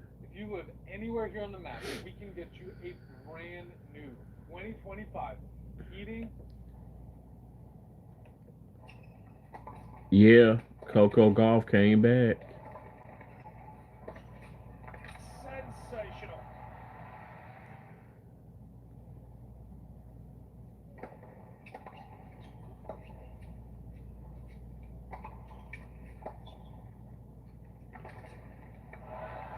Coco Golf does it the hard way once again.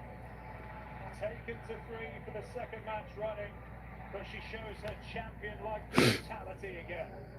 The defense of her Beijing title rolls on. Into a third straight China Open quarterfinal, and she also secures her ticket to the WTA finals. Wow. Coco Gauff beat her. Good job, Coco.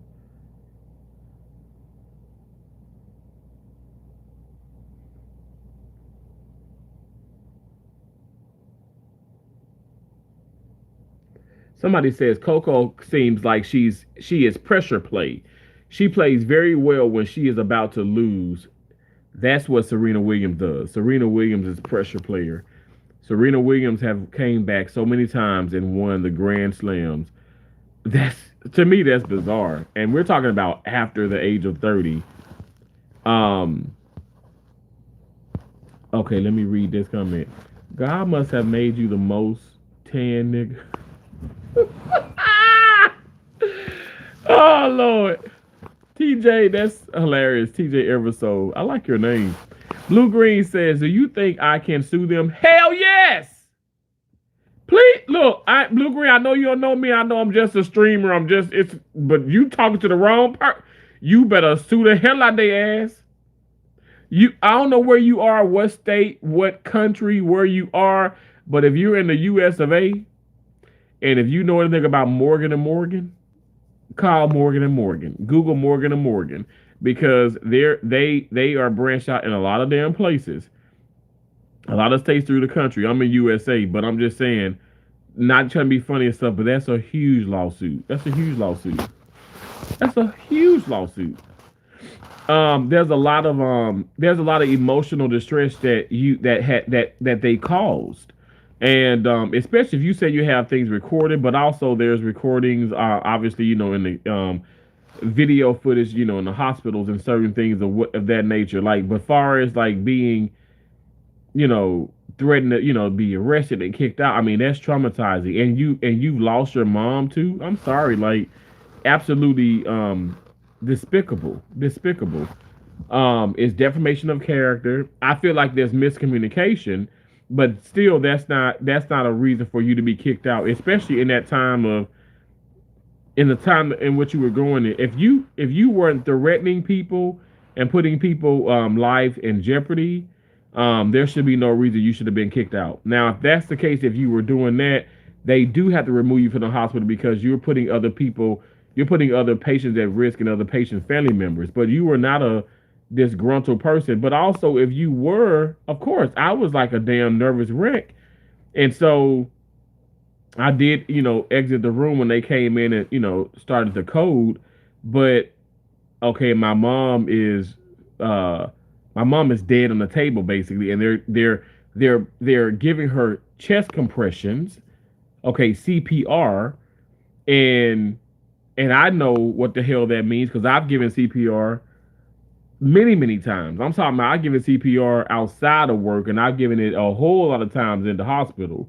And I know for a fact I've cracked so many people. I've cracked so many ribs because you're cracking ribs when you do it the right way. You're cracking ribs. If you ain't cracking ribs, if you ain't breaking ribs, you ain't doing it right.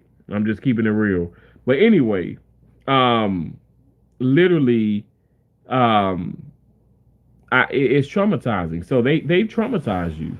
I don't want to put things into your mouth or your head, but for me, that would be traumatizing. And yes, that's a lawsuit. It's not me trying to get rich. It's this shouldn't happen to anybody else. I would want it not to happen to anybody else because, you know, think about it. I mean, that's nerve wracking. Like for me, that would cause me PTSD. I probably would take me a long time to recover from that. I thank God the hospital that my mom was at is just so happened she used to work there. Just so happened I used to work there. I don't think we got any special treatment. Like I said, even the nurse, who was a new nurse, and I had to curse her ass out, let her ass know, okay, you ain't gonna do this to my mom or anybody else, you know. And she changed her tune. Yes, she did. But Monday she was an ass. By Wednesday she was an angel.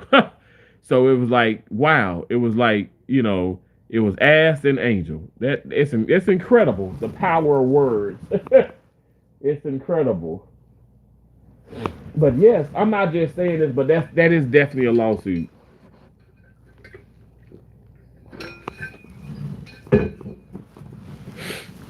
Um, you realize people sue people for a lot less and gotten a lot.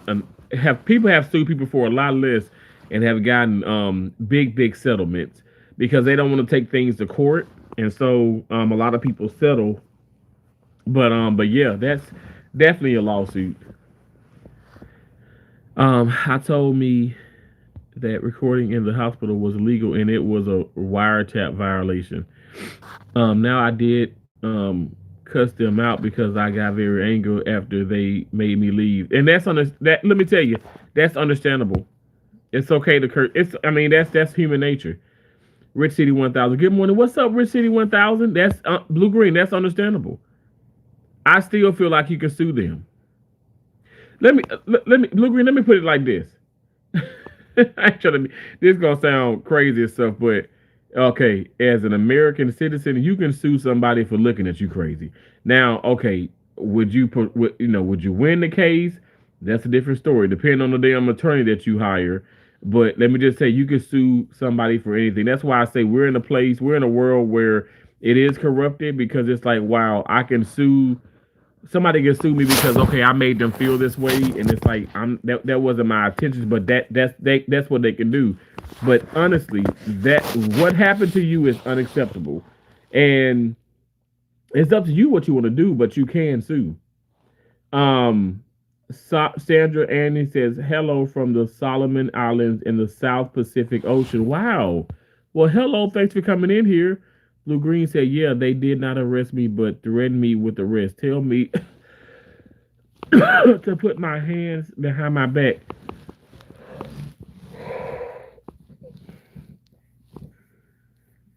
That is crazy. So, Blue Green, I see your profile pic, but I really don't. I can't see it that much. But do you mind telling me your ethnicity? Like, what is your race, Blue Green? Like, I've been trolling people saying that I'm a white, but I'm a Black American. That's my race. I'm black.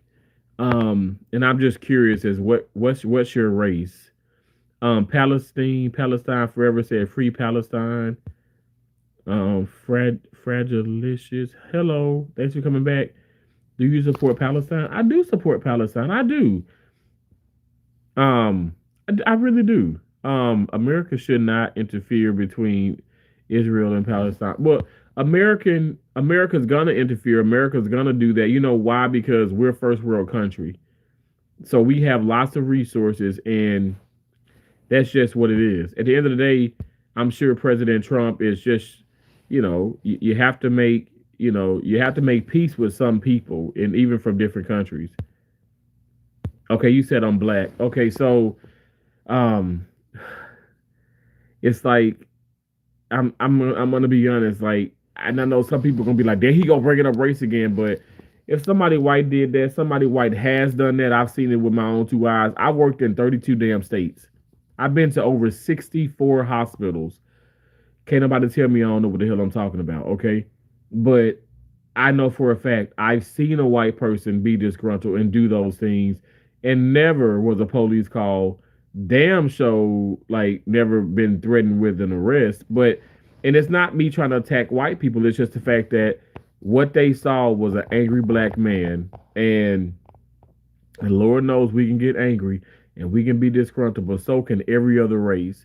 And so that should never happen to you. It should have never happened to you.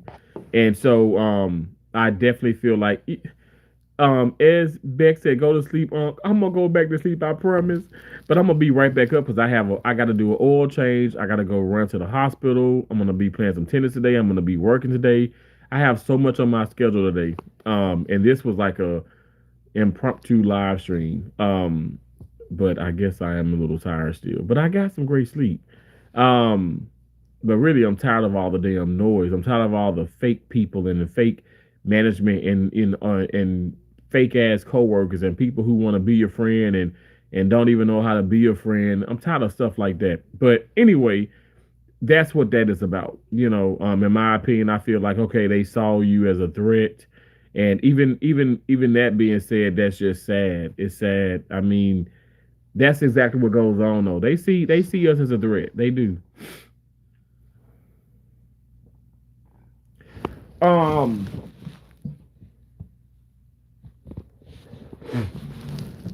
you said, yo, is it true about what they say about nurses? They easily cheat on they mans. What? Who said it? I ain't never in my life heard nothing like that. What are you talking about? Blue Green said that I was yelling, and when I was yelling, they said now. Wait, when I asked when was I yelling, they said now a bunch of BS. Really? That's so stupid. And who the fuck cares about yelling or profanity when your mom is actively passing away? I mean, you think I'm not trying to say we all get that one day or whatever, but okay, shit, they should have been more empathetic, and I feel like they should have called somebody to like properly, speak with you that can handle, say maybe your aggression or whatever the case may be. And there's people in place that can handle that. Everybody can't handle that, and some people do freak out, but that's unacceptable. That should never happen at the end of the day, bro. That should never happen. Like, okay, it should never happen. Like, it is what it is. I feel like they were in the wrong, and I think that they really escalated the situation by calling, like, by having the police be there. That's just stupid. You ain't never heard about nurses being hoes in the work field? Okay, so let me just say this. Now when you say nurses, okay, I say it like this: it could be anybody in the medical field. It ain't just the nurses. I'm a surgical technologist. I'm a certified surgical technologist. I'm a certified first assist. I'm a certified sterile process technologist. It's a lot of people. I ain't gonna lie. It's a lot of people having sex in the medical field, doing things they shouldn't be doing. That's none of my damn business. I know I don't partake in that. And plus, I don't want to. I ain't fit to eat where I shit and shit where I eat. Let me put it like that. Okay, I'm not gonna do that. And there's some people just they become so damn easily attached. And oh my, I just ain't got time for that, Lord. Please, I ain't got time for that. Anyway, uh, but no, like I've never heard of that. Like no, I never heard of that specifically, but I just don't think it pertains to just to nurses. And also you have male nurses, you have female nurses, but I feel like anybody could potentially cheat on someone. But I ain't never heard that. Would you trust your lady if she worked there? Hell yeah, I would trust her. I would trust her absolutely. I would. My deal is I would put my trust if, like, say I had, my ex girlfriend. Which funny you say that, but my ex girlfriend cheated on me. But she's not in the medical field. But I'm just saying I would definitely, far as like my girl or whatever, I would have faith and trust in her. If she worked at this hospital or any hospital. Um, because like I would like to say that we have that bond and that relationship to the point where she knows she could trust me, I could trust her. Now, what we would know being in the medical field, we would know in the medical field. I must say now, there is a dark humor sometimes. You got to think about it. You see a lot of people die. You see a lot of traumatic stuff. So we do have dark sense of humor. Even myself, I have one. And some things I find funny that maybe you guys don't. And I'm not gonna sit up here and give an example because I don't want people to think that we're being hateful. But it's just a different mindset. You know what I'm saying? We're genuinely we really do love and enjoy saving lives. I can speak for myself. I really do love that. I don't want to offend anybody and stuff, but I must say in the medical field there is a flirtatious type of environment. But that's just the nature of the beast. And if you ask me, because again, I mean, like other specialties and other, jobs or careers out there, but in the medical field, like I see my coworkers more than I see like my family for sure. So, not to say I ain't friends with these damn people. Hell, I ain't friends with some family members, you know what I'm saying? But I see them more than my family members sometimes. But I'm just saying, like, I just, me personally, I don't, like, yeah, I'm not thinking about like having sex with anybody or whatever and stuff. But there, it does happen. But no, I've never heard of that. Like, and I would not, I wouldn't have any trust issues when it came to say if I had a girlfriend and she worked there. That wouldn't be the case. Um, W Naylor says, "Yo, what's up?" In addition, Blue Greens. In addition, my mother's doctor told the hospital that I should be allowed in there and spoke on my behalf. Blue Green, bro, it's your mother. It's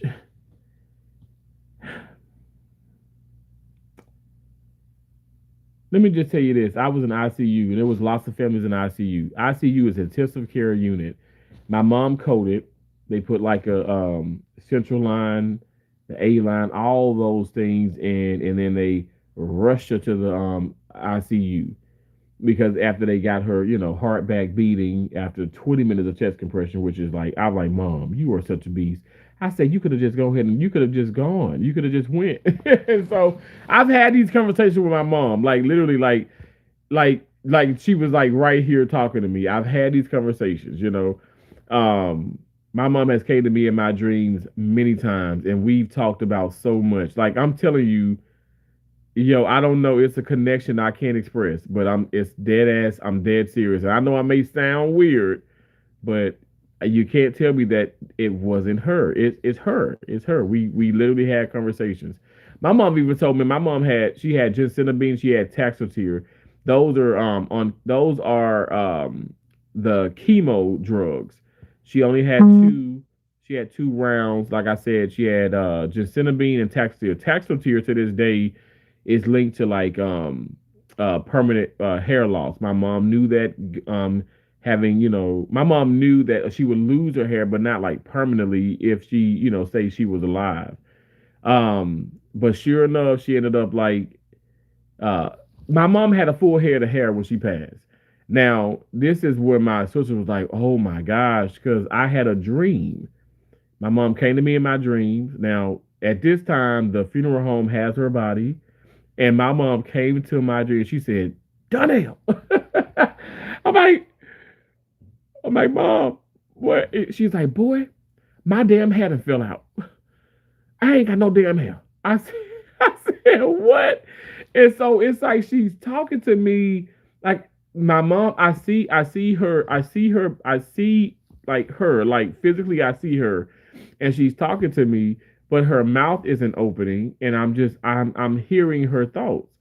And she was like, you got to give it to damn sister. They got to pick out a wig for me. She was like, I don't do no wigs, but you got to pick a wig out. And I'm like, in my head, I'm like, okay, why am I dreaming about my mom talking about a wig? My mom had a full head of hair, and this is confirmation. Um, my mom, one of her close friends, was like a hairstylist, like a beautician or whatever. She had already was supposed to like, we've already mentioned, okay, her, potentially like, fixing my mom's hair and all that, if it were to be that my mom passed away. And sure enough, we were gonna set that up and stuff. But my mom was like, it ain't gonna be no, she ain't gonna have to come there or whatever and stuff. And sure enough, like the funeral home director calls, and this when my middle sister like starts to cry because she's like, "Oh my God, you just talked about that." Like I just finished talking about it. My mom, and then he calls, and the beautiful thing about the funeral home that my mom, and actually I have a burial and all that stuff, burial insurance with them. We all do, but they all went to school, meaning my dad, my mom, the funeral, like the family, the brothers and the sisters that run that funeral home all went to school with my mom and my dad. They even graduated. My mom and dad, my dad graduated with, I want to say, the one of the brothers, and my mom graduated with the other brother and sister. Because my mom and dad are different ages, and so are the brothers and sisters at that funeral home. Anyway, that's that's also significant. Isn't it crazy that you went to school like all your life, you grew up with these people, and Now, that funeral home director, he also a mortician. He's embalming my mom and he went to school with her. Anyway, I think I love it. I think it's comforting. I think it's beautiful. But sure enough, she visited me and she said that, and it freaked my sisters out. But yeah, we ended up, I don't know about a wig and stuff. They knew about it. My mom looked beautiful in the casket. She was so peaceful looking. But yeah, not like I said, I can talk about this like it's nothing now. Does it hurt? Hell yeah, it hurts. It's devastating, but that's how I know also the confirmation that God is real and alive because He's given me so much more strength to talk about this, and hopefully, it's comforting the people who come in, even if it's people who just catching this little bit of the live stream, or maybe fast forward, if they're watching replay and they hear this, and hopefully some. I mean, you're coming in, and this is why you're in, because of this very moment. But yeah, but I'm happy that doctor did speak on your behalf. In addition, Blue Green looks and types very gay. W Naylor, what is that about? Like, don't do that. That's so disrespectful. You said Google it. Any advice for a young 23-year old? Um, well, it's so crazy. It's I guess I have plenty of advice. Never stop believing in your dreams. Speak up for what you believe in. Stand 10 toes down. Don't change direction. If you like, just follow your heart. But that's all cliche, right? But I'll say this: when I was 23, I had already traveled to like 5 states, and I can tell you this much: some of those states were not as welcoming or inviting to me and stuff. Also I'm a newcomer, right? And I'm new in some places, but some of those places were racist. But never back down. Like, never start anything and stuff, but don't back down if it presents itself to you. You stay true to yourself and work hard. Now, I must say this. I don't know if you have a 401k. I don't know if you're working or whatever, but max out that damn 401k, okay? Because at the end of the day, it's money that, you're not taking advantage of. Because if you have companies that's going to match what you're putting in, or give you a certain percentage, that's free money. And some people say, well, I don't make that much money to even save it. It's like, okay, make it work. You know, there's always a opportunity, but you might have to sacrifice some things. Like for me, like, okay, I wanted to go to Tampa, and like I'm on somewhat of a budget. Some people say you ain't on no damn budget, but I am. I wanted to go to Tampa, and I'm not gonna go to Tampa. I'm gonna stay here this week. I'm gonna play tennis, and that way I can keep that money that I would put in like gas to fill up my Denali is like over $100. I get like these hotel rooms, for like 2-3 nights, and that can be like $100 a night easily. And I'm talking about not a punk, like not like a real poor hotel, but like we're talking like 3 star, and it's like over $100, in Tampa. And so that's a good way for me to save. Like pretty much, I can save like $400 or $500, and that's what I'm gonna do. And I can always go another time, but just save is what I'm trying to get at. Save a little bit. I think that's some good advice because I thank God that I was given that advice, from my mom and my dad. Always save, always. And here's the deal too. We have so many things and stuff in life, right? Where we become materialistic. I'm just being honest. Even myself, you like the finer things. You like the fancy cars, the new phones, all this stuff. But if everything was swiped away right now, if you can afford it to pay for it, if it's being like taken away from you, you don't need to have that. I feel like if you don't have emergency funds to pay for everything that you have at this very moment, you don't necessarily need to have it. We need to have, I would say, roof over our head, electricity, but you don't need. I'm gonna be honest. I need the internet. If I don't have the internet, I can't even work. I can't do certain things. I need the internet. My job have different applications, have certain things, so I need to have the internet. But I don't need to have like all this cable and all this, or like Hulu, Netflix, all the other streaming like things, Showmax and Disney Plus. Do I have it? Yes. Oh my God. But I don't need to have those things. But again, if it was swiped away from me, I could afford that. I could afford to pay for it again. And so that's just, just some advice I have. Lord knows I ain't got all the money in the world. um, uh, Blue Green said, Naylor, you are the army bitch. I know that's right. Blue Green, I like your attitude. Never change. Always, if somebody's like I said, I don't think it's nice for people to come in and troll people. But it's an open door policy. If people want to come in and attack other people in the live stream, I give them absolutely power to attack back, because what you do unto others as others do unto you. Don't come your ass in here being fucking strange and expecting people to sit up here and take that bullshit. This ain't the live stream for you. This gonna be the wrong live stream for the trolls. You can come and you can attack me. I'm the host, but please refrain from saying anything negative to anybody else in here. If they don't speak negatively to you, don't speak negatively to them, because if they are being negative, if you're gonna be negative to somebody and stuff, they have every right to be negative to you. What's up, bro? I'm from Kosovo, Europe, with the Balkans. Hey, Ajon, thank you so much for coming in. Naylor is desperate for attention. Yeah, and Blue Green, see, I wanted to say that too. Like, the trolls come in, and I don't even know why they need attention, because I speak to everybody. I ain't got that many people in here, but sometimes I can have hundreds, I can have, 40, 50, 60, whatever the case may be. I can have just 2 people. I don't fucking care. At the end of the day, my point is I treat everybody with respect. And even the trolls that come in who are disrespectful, I give them the benefit of the doubt. So that's why I'm like in my head, you don't have to be an attention seeker when I'm going to give you the attention. That's the part where I'm like, I just want to punch somebody in their damn esophagus. If I take yes, I talk my ass off in these lives, but if I take a moment and if I'm giving you the damn attention, why the hell do you need to have more? And that goes for coworkers. I'm talking to you. That's just like I said, I had to walk away from one of these damn people yesterday. I'm talking to the damn fucking person. Then, she want to explain all the things that she's got. She want to talk about this. And I'm like in my head, I'm so not interested, but I'm going to just sit here. I'm going to be kind. And sure enough, like, they don't know. You give somebody a mile, or let me say, you give somebody a inch or a few feet, and they want to take miles. And that's the problem I have.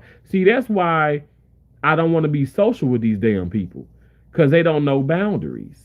They don't understand boundaries. I would never, yes, I'm in this live stream, I'm talking my ass off, but you guys are free to go. You're free to come as you please. But if we're in actual life, if I'm on the phone with you, if I'm talking to you like face to face, I'm not going to keep you or hold you against your damn will. And I'm not going to sit up here and bombard you with a thousand questions, or I know you, like, say I'm at work and I'm busy. Okay, I got to go my ass to a room, but you ain't ever put in the room.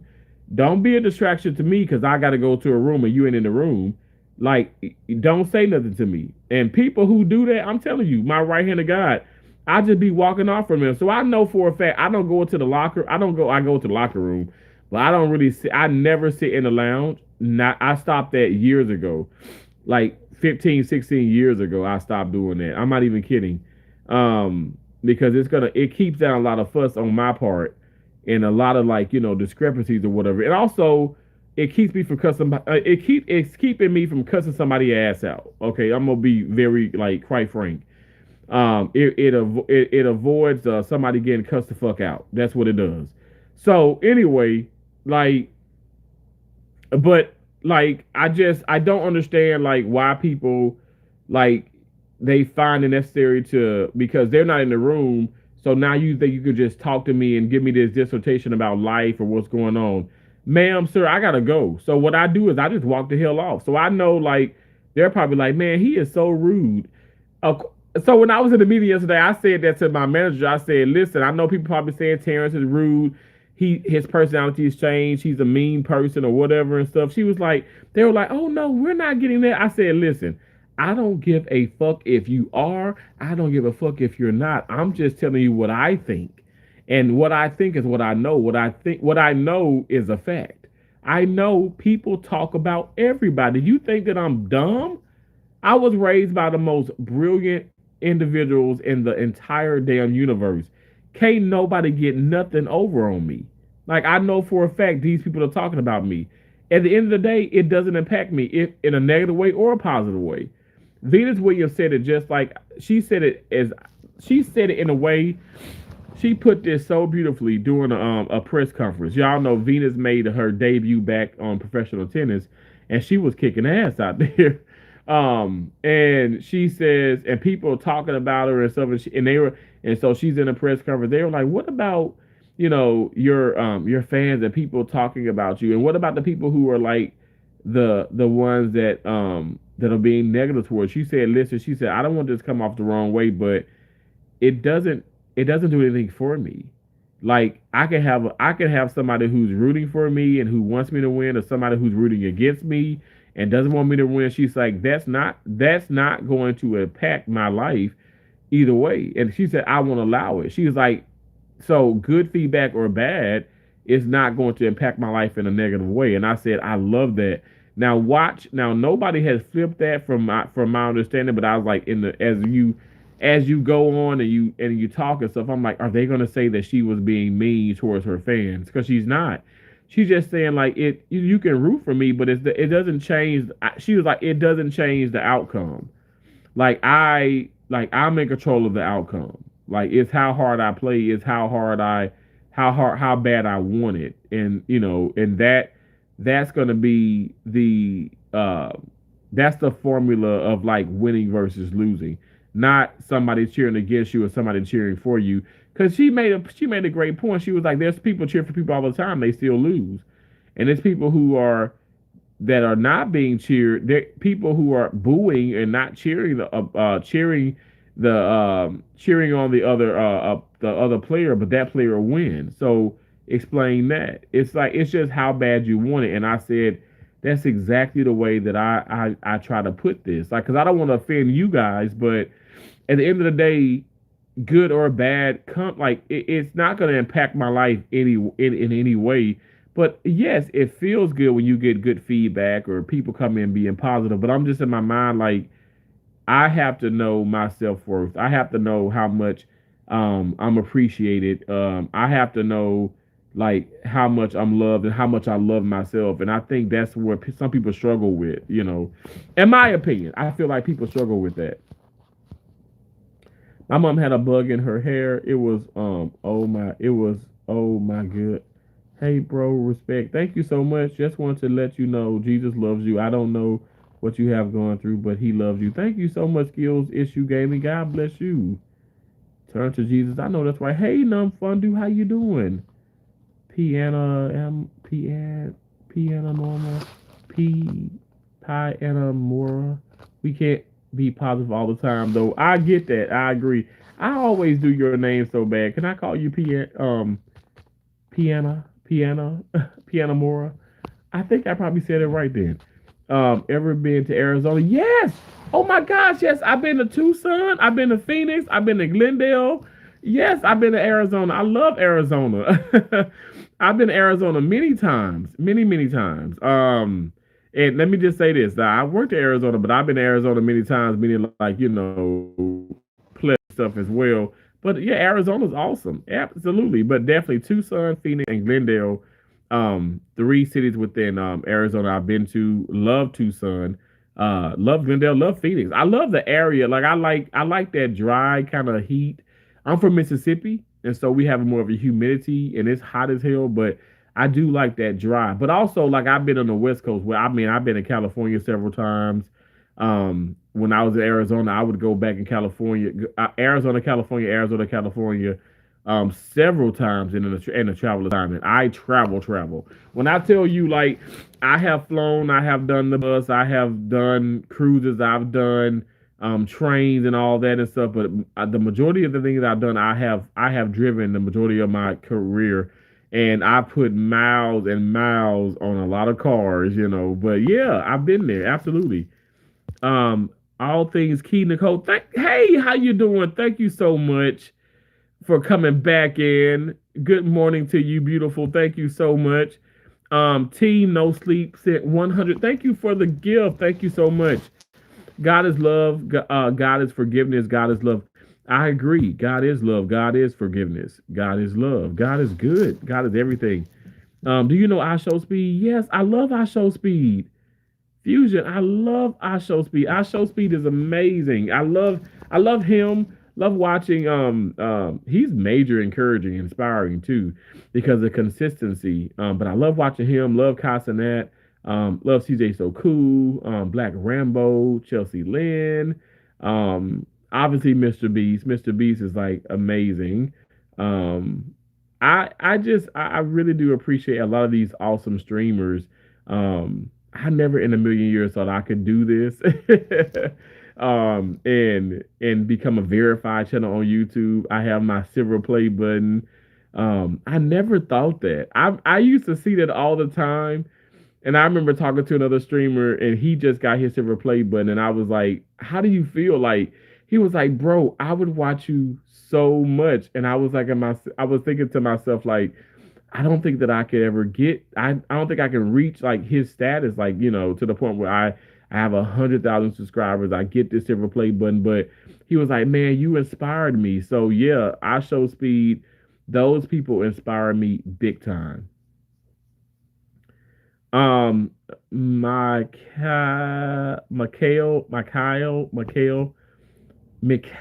or whatever how you say that. I don't know why you keep coming in and saying that, but whatever. I mean, it's actually kind of weird that you keep saying that. It's kind of strange. Okay, why is time going by this fast? Have I been on live that damn long? Oh my god. Oh my gosh, you guys. I'm gonna hop off of here because I gotta go. I'm gonna go and like I gotta go for real, for real. Thank you guys for coming in. I appreciate you so much. If you could double tap the screen for me, and also if you guys are catching the replay, go ahead and give that a thumbs up, share that out. We're on the road to 300K. I really appreciate if you guys could help me get there, and then let's celebrate when I do achieve that another amazing, milestone, I should say. But God bless you all. Remember, you guys, you're butterflies. We fly above all negativity. We're all things positive. We have an endless amount of possibilities, so therefore we can do wherever we put our minds to. Don't you let nobody tell you that you can't do something. You can do it. You can do it. But have Christ first, okay? Love and appreciate you all. I'll talk to you later. Thank you guys so much for coming in. And thank you again, Team No Sleep, for the 100, okay? I appreciate you. God bless you. Bye.